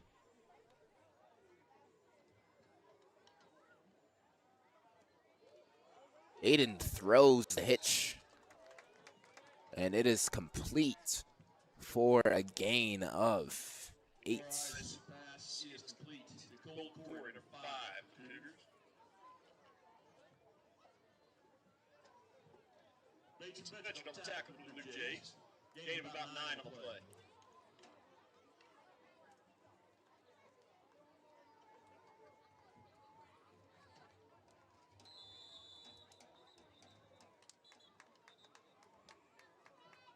So it's 3rd and 7. The Cougars call a timeout. See what Mr. Coles is going to drop. Haven't seen anything fancy offensively. Just some hitch routes and some inside runs by Mr. Travis Ross.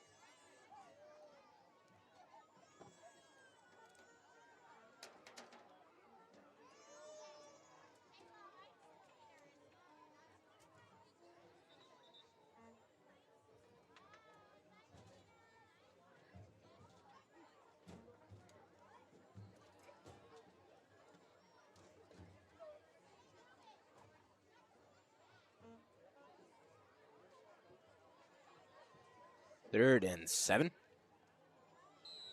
As the offense comes back out after the timeout. And Aiden Oaks split out. Aiden Oaks in the backfield. 2 wide receivers split out. They're just going to try and run past some dudes. Pass is completed to Kelson Juno. He limps himself.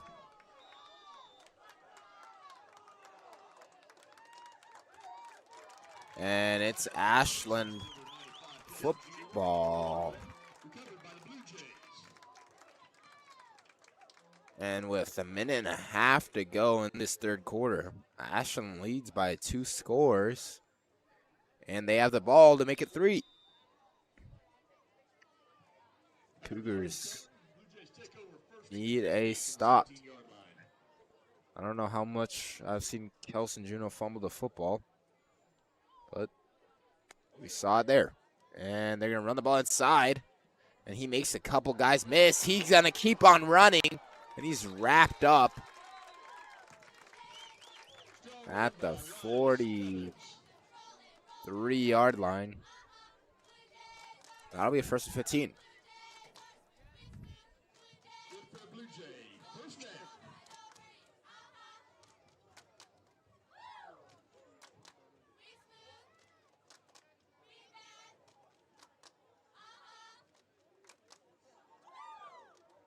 Again, we do play the Blue Jays again for our homecoming, I believe on October the 17th.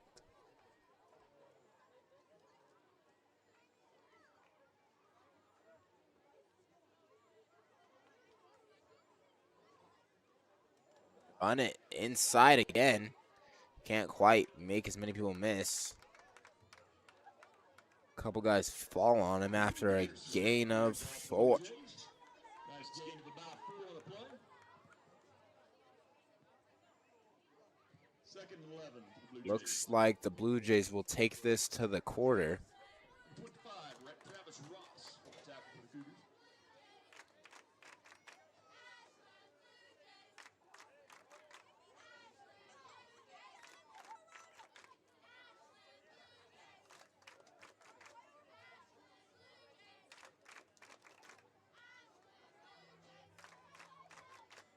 And at the end of the third, we got Blue Jays 32, Cougars 22.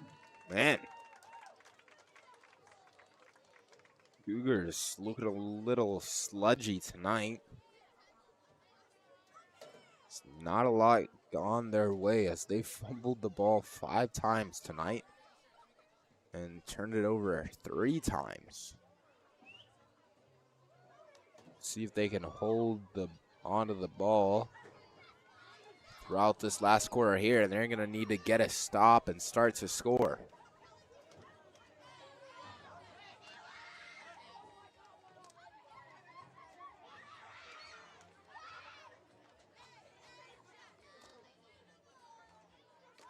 As you see the Cougar faithful who made the trip 3 miles here tonight.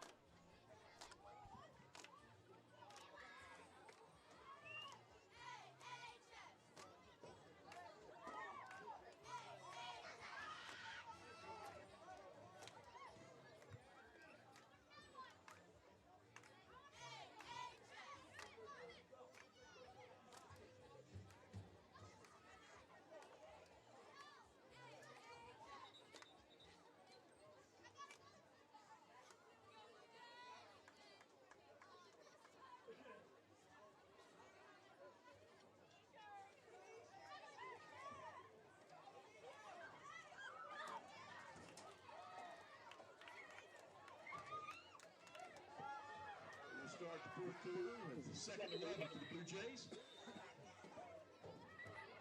Cougars and Blue Jays back on the field for the fourth quarter. Blue Jays under center, handed off inside again. And this time he's wrapped up at the line of scrimmage by Kelson Juno. Ryan Stebbins on the carry, no gain on the play. So it's going to be 3rd down. Number 11, Tyler Grady got the quick tackle for the Cougars. 3rd and 11 for the Blue Jays.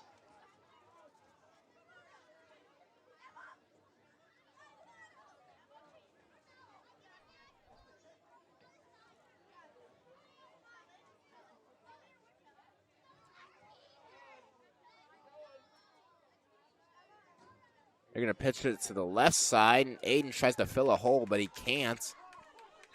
And he's wrapped up at the 29-yard line. Tackled by Tyler Grady again on the play. Misses the ball at the 30-yard line. Brings up 4th down for the Blue Jays.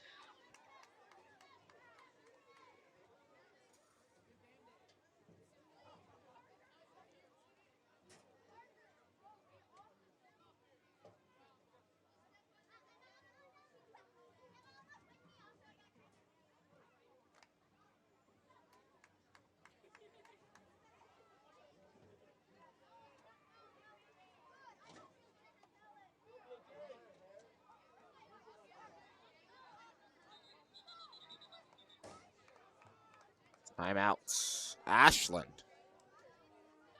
They're going to take a timeout with 8 minutes and 17 seconds remaining. It's 4th down. See what they draw up. We've seen them do plenty of special things of their own here. might look for some more trickery.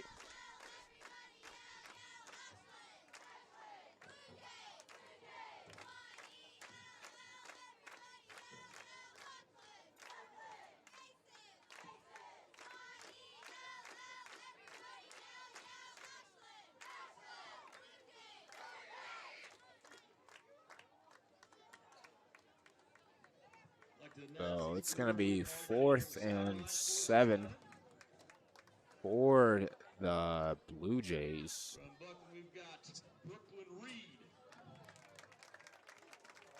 Just inside the 30-yard line.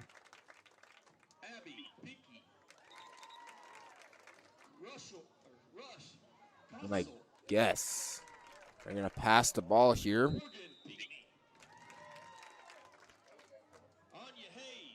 It certainly appears so.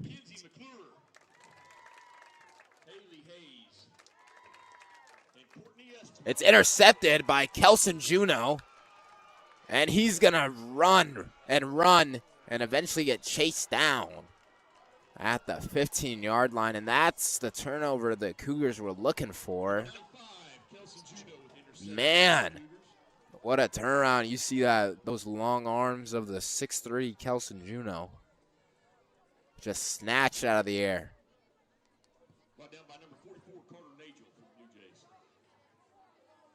So it's going to be 1st and goal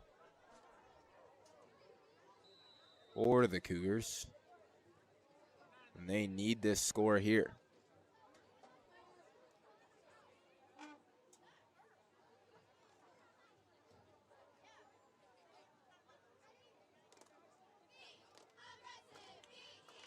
Kelson makes up for the fumble earlier.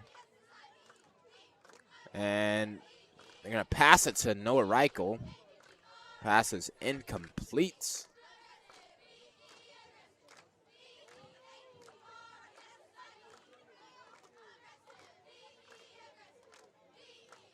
So it'll be 2nd and goal at the Cougars, at the Ashland's own 15-yard line.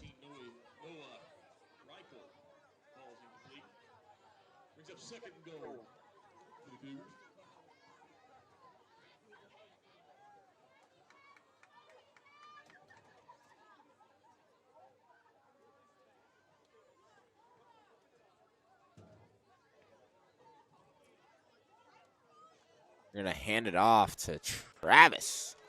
He's going to try and run over a guy. He's tackled just outside the 10-yard line. So it'll be 3rd and goal from the 11.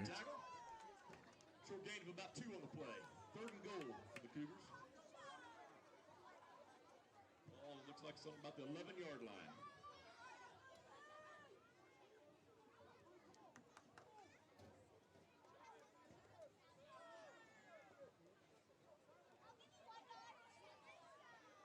So this time, Travis Ross and Noah Reichel split out right.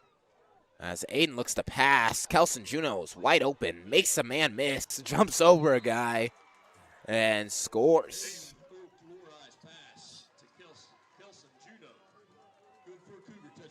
Ricky's going to jog on. Cougars are going to look to get a field goal here.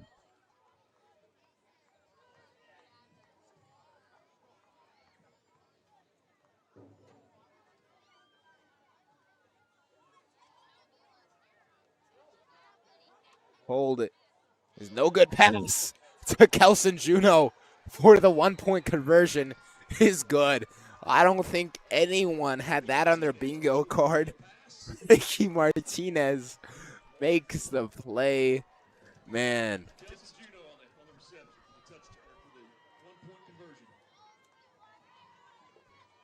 So, after the bad snap,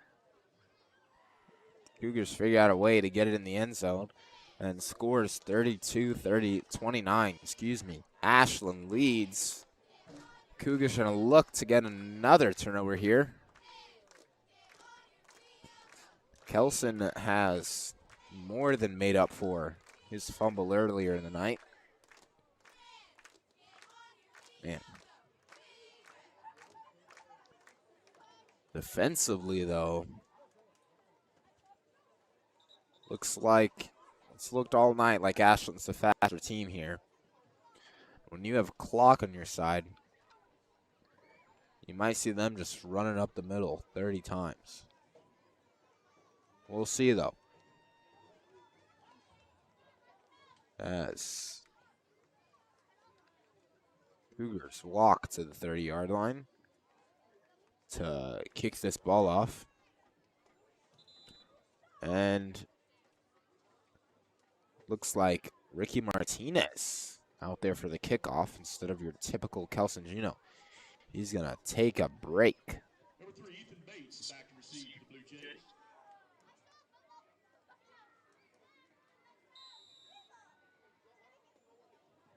Number 45, Ricky Martinez will be the kicker for the Cougars.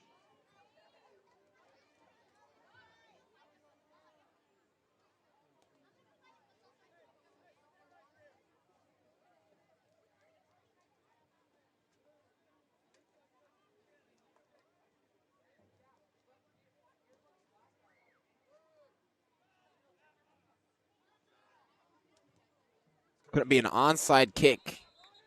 And it's caught beautifully. He falls on the ground. So Blue Jays will take over. Their 38-yard line.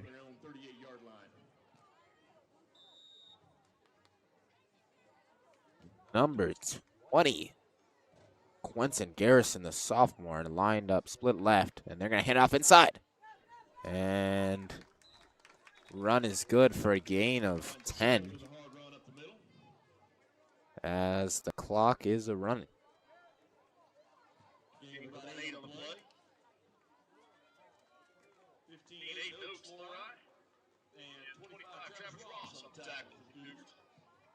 So 2nd and 5 now, as the Blue Jays line up in that same formation.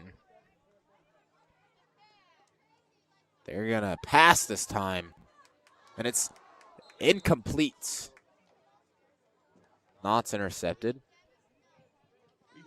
As it's tipped up in the air, lands up on the ground.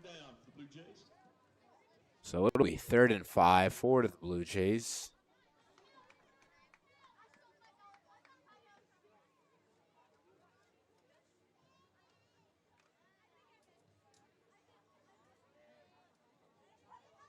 So number 10 for the Blue Jays, Mr. Ryan Stebbins.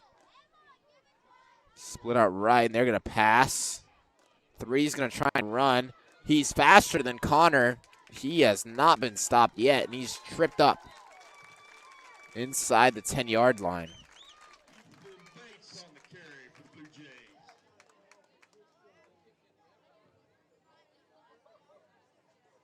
So after the long run, it's 1st and goal for the Blue Jays. The Cougars need this stop here with 6 minutes remaining.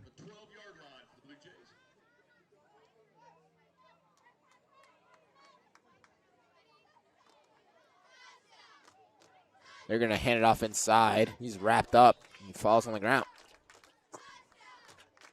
So now it's going to be 1st and goal from the Blue Jays from the Cougars 7-yard line. 2nd and 7. 2nd and goal, 7 to go.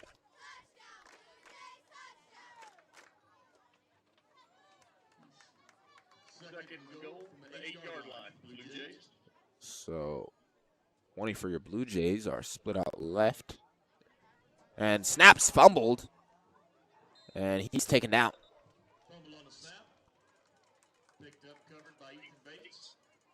Marcus in on the play. 55 for the Cougars.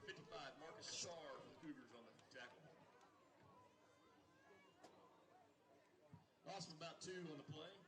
Brings up 3rd and goal from the 10-yard line for the Blue Jays. So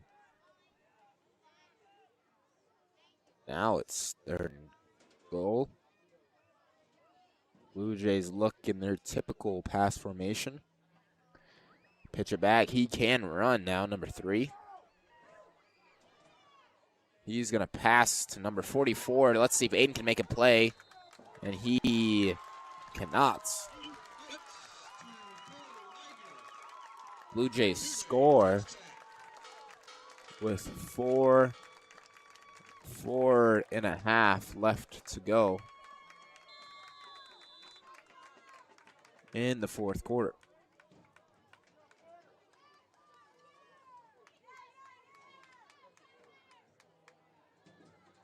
As those that are watching this instead of college football,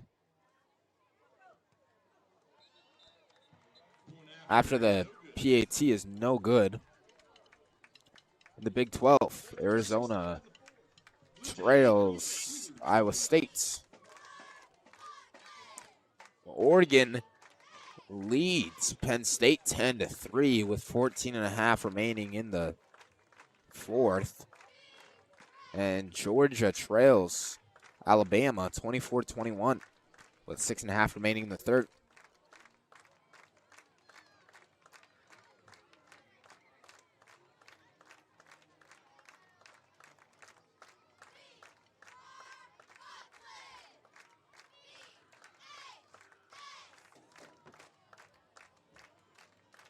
All of a sudden, this game's tricky for the Cougars.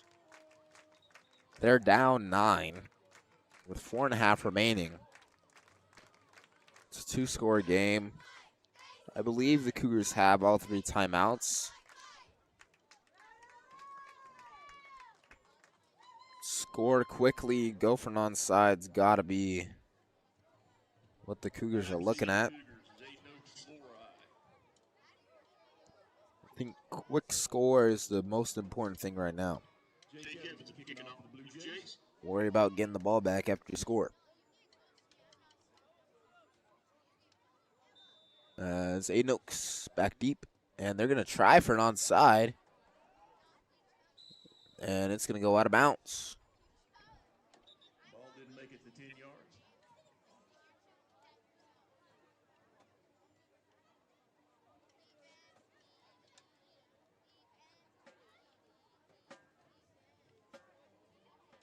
Cougars 1 at 5 from the spot of the foul, so they'll take over at the 33-yard line.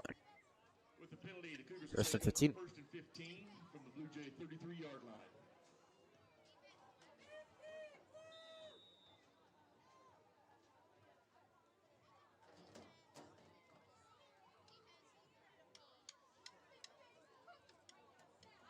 Noah Reichel and Marcus Starr split out right.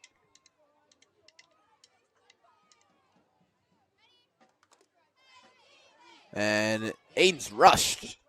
Pass is complete to Noah Reichel for a gain of 0.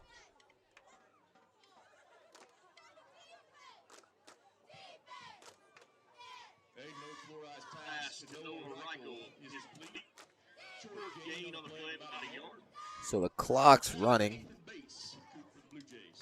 4 minutes remaining. Second and 14 here.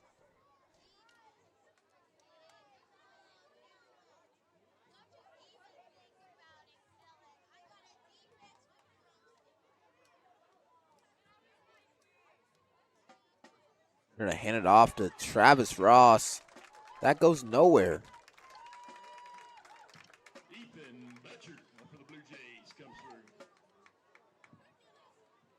Man. Now it's 3rd and long here. After the tackle for loss. Cougars need some magic.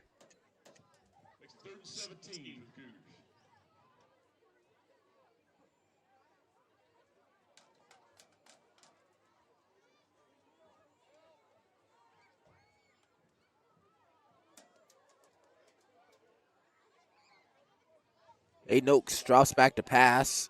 He's going to throw it to Noah Reichel. Pass is complete. Just short of the goal line. And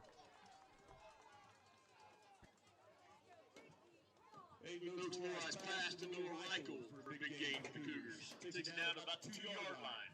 First and goal, Cougars.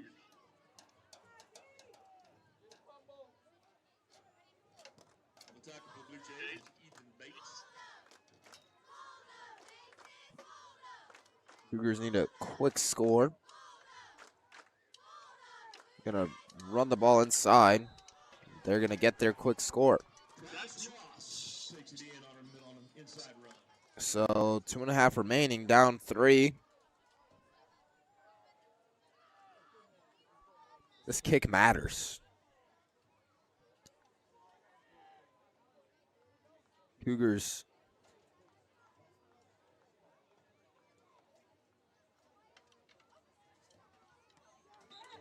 short. Doesn't go anywhere. So Cougars are down 3 now. That means Ashland can't score a touchdown. If you're down 1, you score 6, 7-point game, you're in this game. But down 3, score 6, it's a 9-point game. Game's over. We'll see if the Cougar defense can get a stop. They need one. I've seen their defense struggle a lot this season. See if they can step up big time here.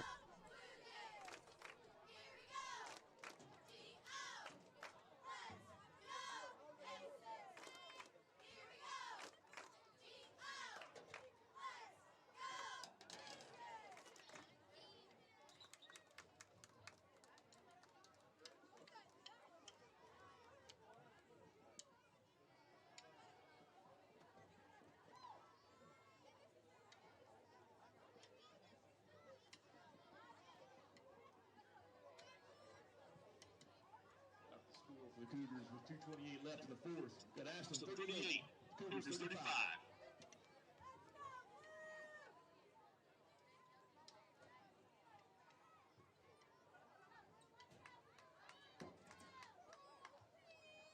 Kelson Juno gonna kick off for the Cougars.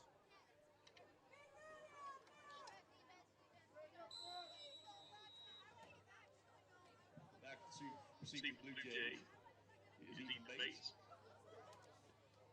Notably enough, we haven't seen number 7 for the Blue Jays, Mr. Miles Haskell, since early in the third.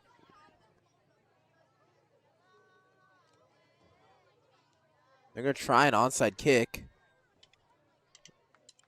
And Mr. Garrett Landis, the 6'5 junior, picks it up and is tackled inside his 35. So Blue Jays take over from there.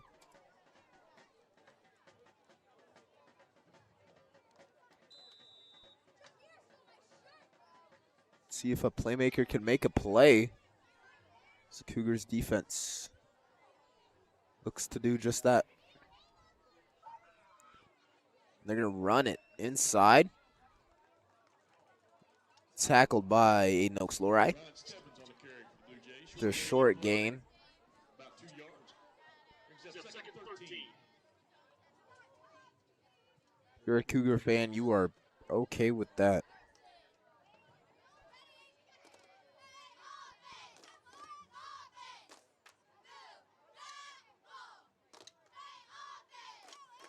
Blue Jays fumble the snap.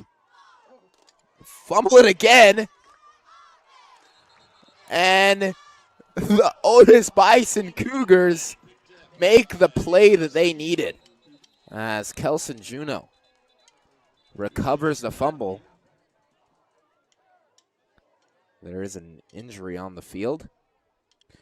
But man, I thought they might say that they were down after the fumbled snap, but I'm going to say it wasn't. And just like I said,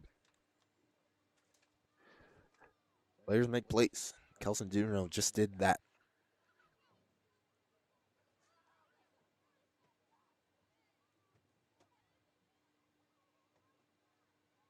So the Cougars will take over. 1:45 left in the fourth quarter.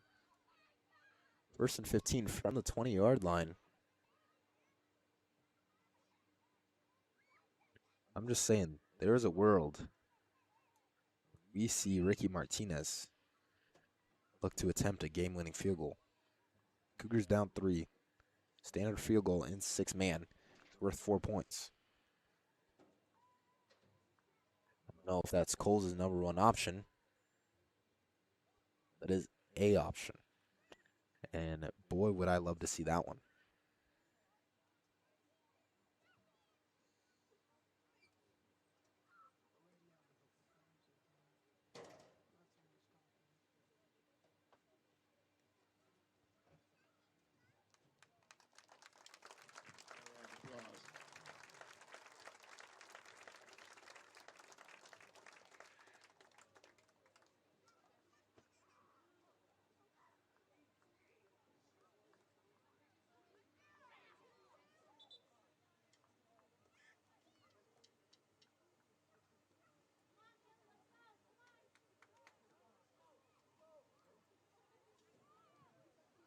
After the fumble recovery, Cougars will take over first and 15 from the Blue Jay 18-yard line. Cougars first and 15. Man. What a beautiful football game this has come out to be. And Travis stumbles forward for a gain of 1.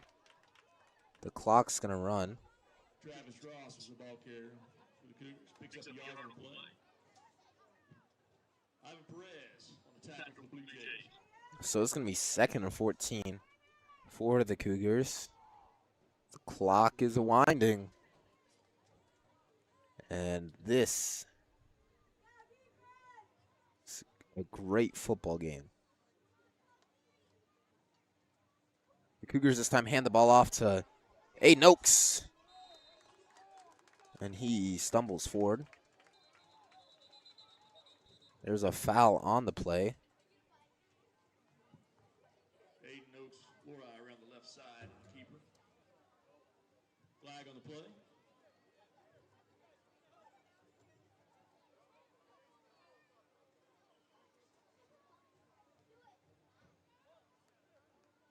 We see number 7 for the Blue Jays, Miles Haskell, come to the game for the first time.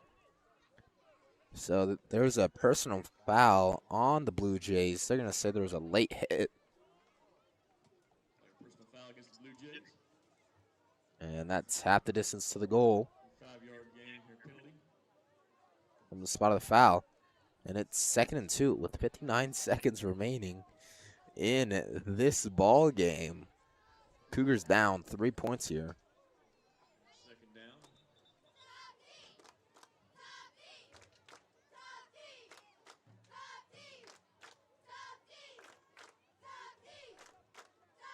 I am still on team run the ball down, and let's see if Ricky can make a kick in the clutch. I don't think many other people want to see it come down to that. So after the penalty, third down. 3rd and 3 for the Cougars.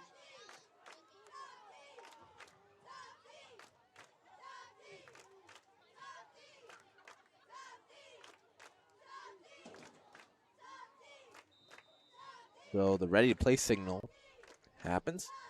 And let's see if the Cougars can. They hand the ball off to Aiden Oaks. And he scores a touchdown with 56 seconds remaining. There is plenty of time on the board for the Blue Jays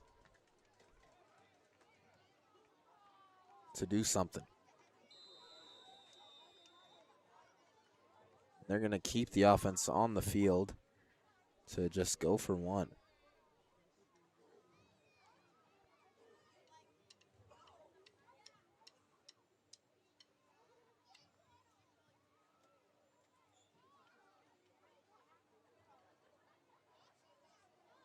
So I do not think that this is going to come down to my Ricky trying to make a game-winning field goal, but we'll see the Cougars go for one as Marcus Starr and Noah Reichel split out right. They're going to say delay of game.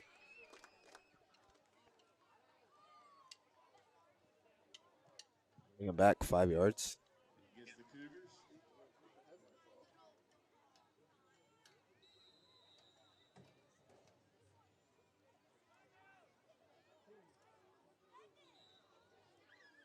Mr. Coles is going to call a timeout with 56 seconds remaining. Man, as you see the Cougars talk this one over, I'm more worried about the fact that there's 56 seconds left in this ballgame.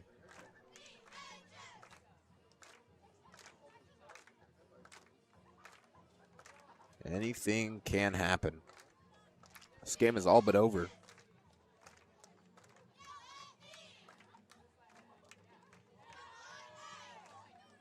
Again, this Cougars team does not have their starting running back or starting quarterback right now.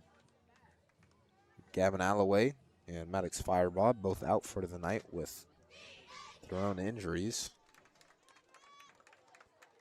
So both those players play both sides of the ball, but the Cougars kind of figured it out on their own tonight. Fair amount of ups and downs.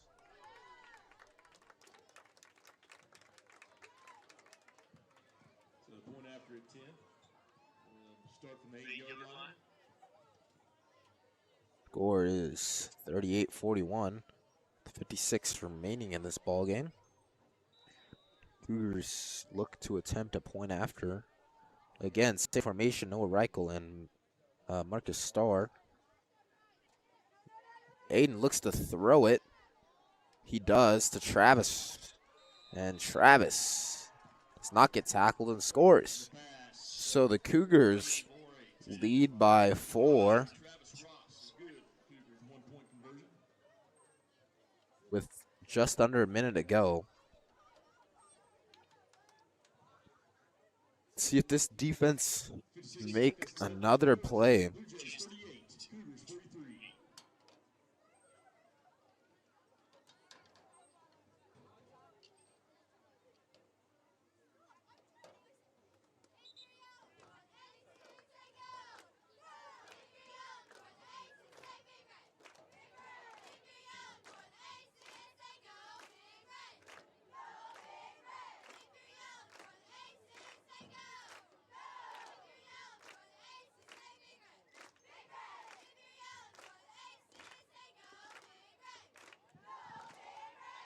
You want to add back to the clock?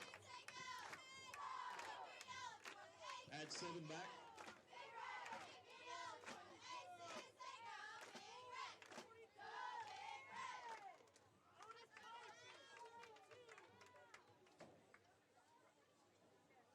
Gotcha.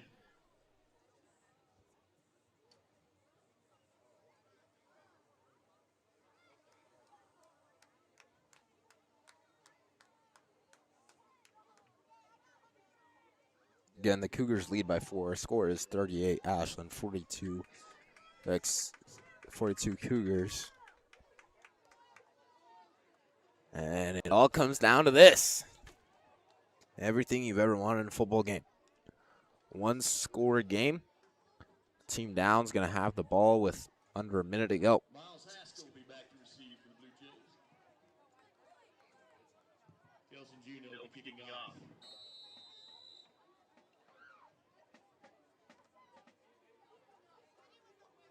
Kelson Juno kicking off for the Cougars. Mr. Haskell back in the game for the Blue Jays. Back deep to receive. And Kelson kicks a line drive to the, man, what a great kick. And this guy's smashed like a pancake between Noah Reichel and Travis Ross at the Blue Jays, 15. First and 15 for the Blue Jays from the 15-yard line. Great kick and great coverage by the Cougars. And we need a stop here.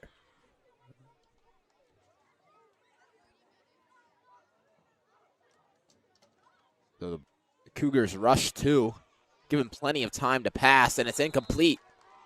46 seconds left in this game. Slips through for incomplete. Stops the clock. Second 15 for the Blue Jays. Second and 15 now at the 15-yard line.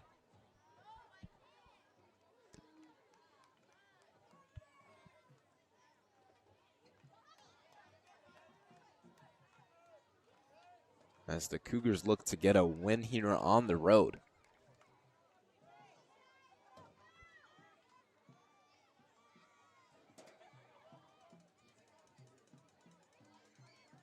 Blue Jays in their typical pass formation. They're going to fumble a snap again. And pass is incomplete.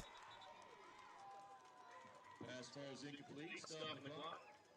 Kelson Juneau and Tyler Gradig get a quarterback pressure and force a bad pass.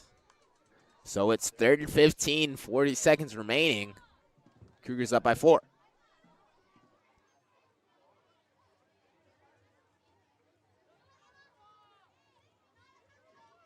See if the Cougars can stay strong on the backside. Again, they'll pitch it back to number 7. Excuse me, number 3, and he's going to run. And run he will do. And that's going to stop the clock with 30 seconds left. And that's good enough for a first down. 16 on the play. First down, Blue Jays.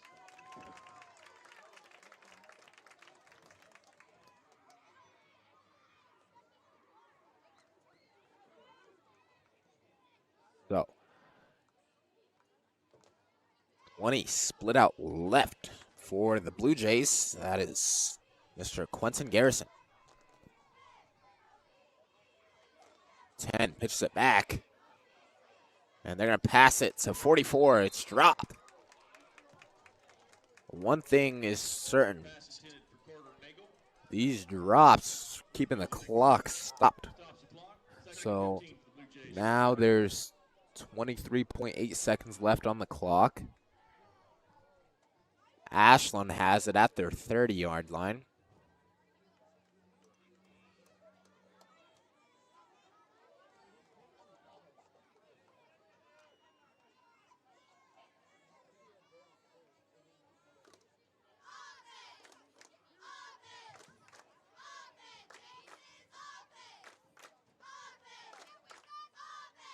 Ashland looks to pass, and they will. They're going to throw a bullet, and it's broken up by Travis Ross.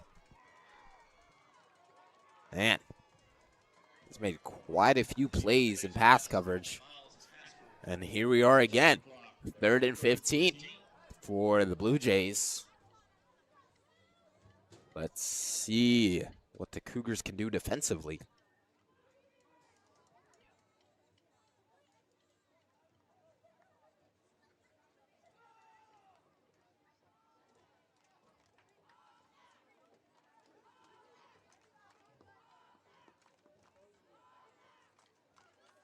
They're going to line up the tall 54, 6'5" junior Garrett Landis to the left side.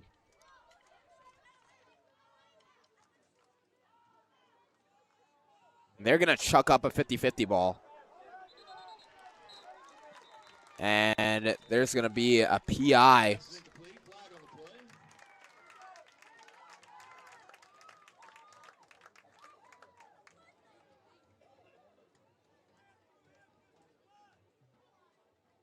Right now, they're going to discuss whether that's defensive holding or pass interference. They're going to say it's pass interference, so that'll be a 15-yard foul. And with 11 seconds left, the Blue Jays have it at the Cougar 35-yard line.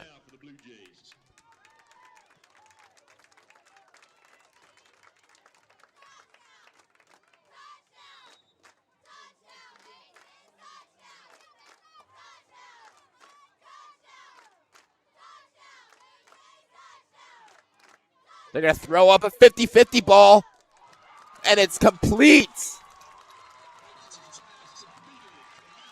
Inside the 10-yard line. The Blue Jays call a timeout to stop the clock, and there's 5 seconds remaining in this game. We'll see. We'll see what the Cougars can do now. Man,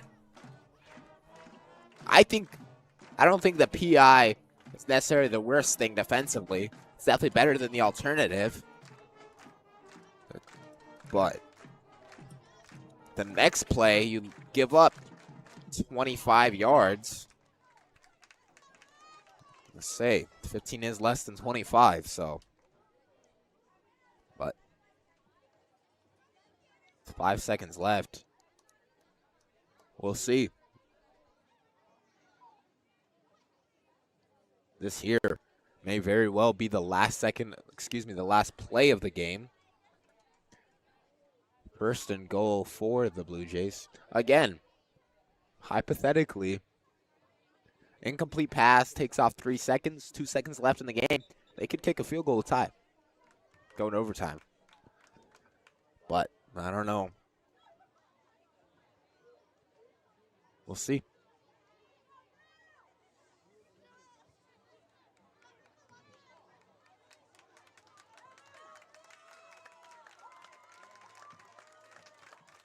Timeout. We got first and goal for the Blue Jays. Honestly. Okay. Based on the Blue Jays' current formation, they cannot run the ball. So they're going to throw an out route. And that's going to stop the clock with 1.4 seconds remaining at the Cougars' 2-yard line.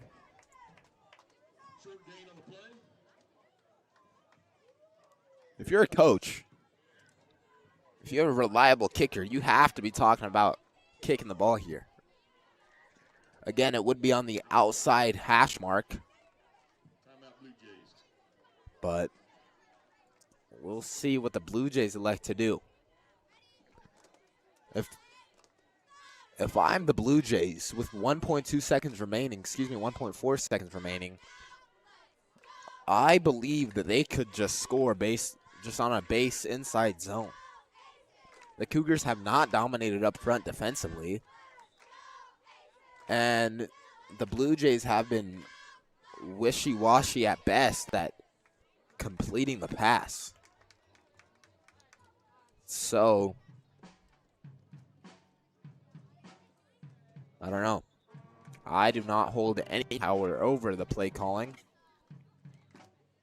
So we will see what happens.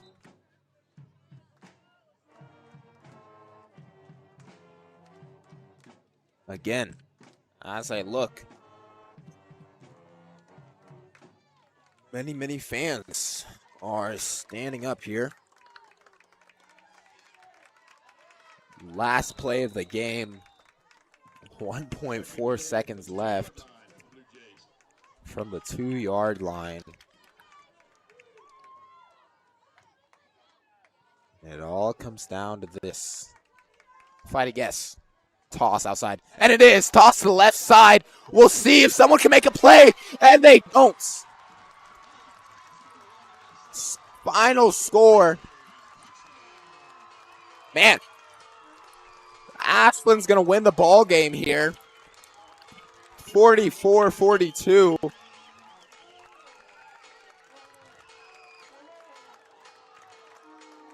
That is the end of the game. I I was worried when I saw a minute left on the clock. But that is the ball game, 44-42. It's been a great night of football here. The Cougars will see the Blue Jays again on October 17th. Good night, all. It is Louis McVeigh, and I will see you next week.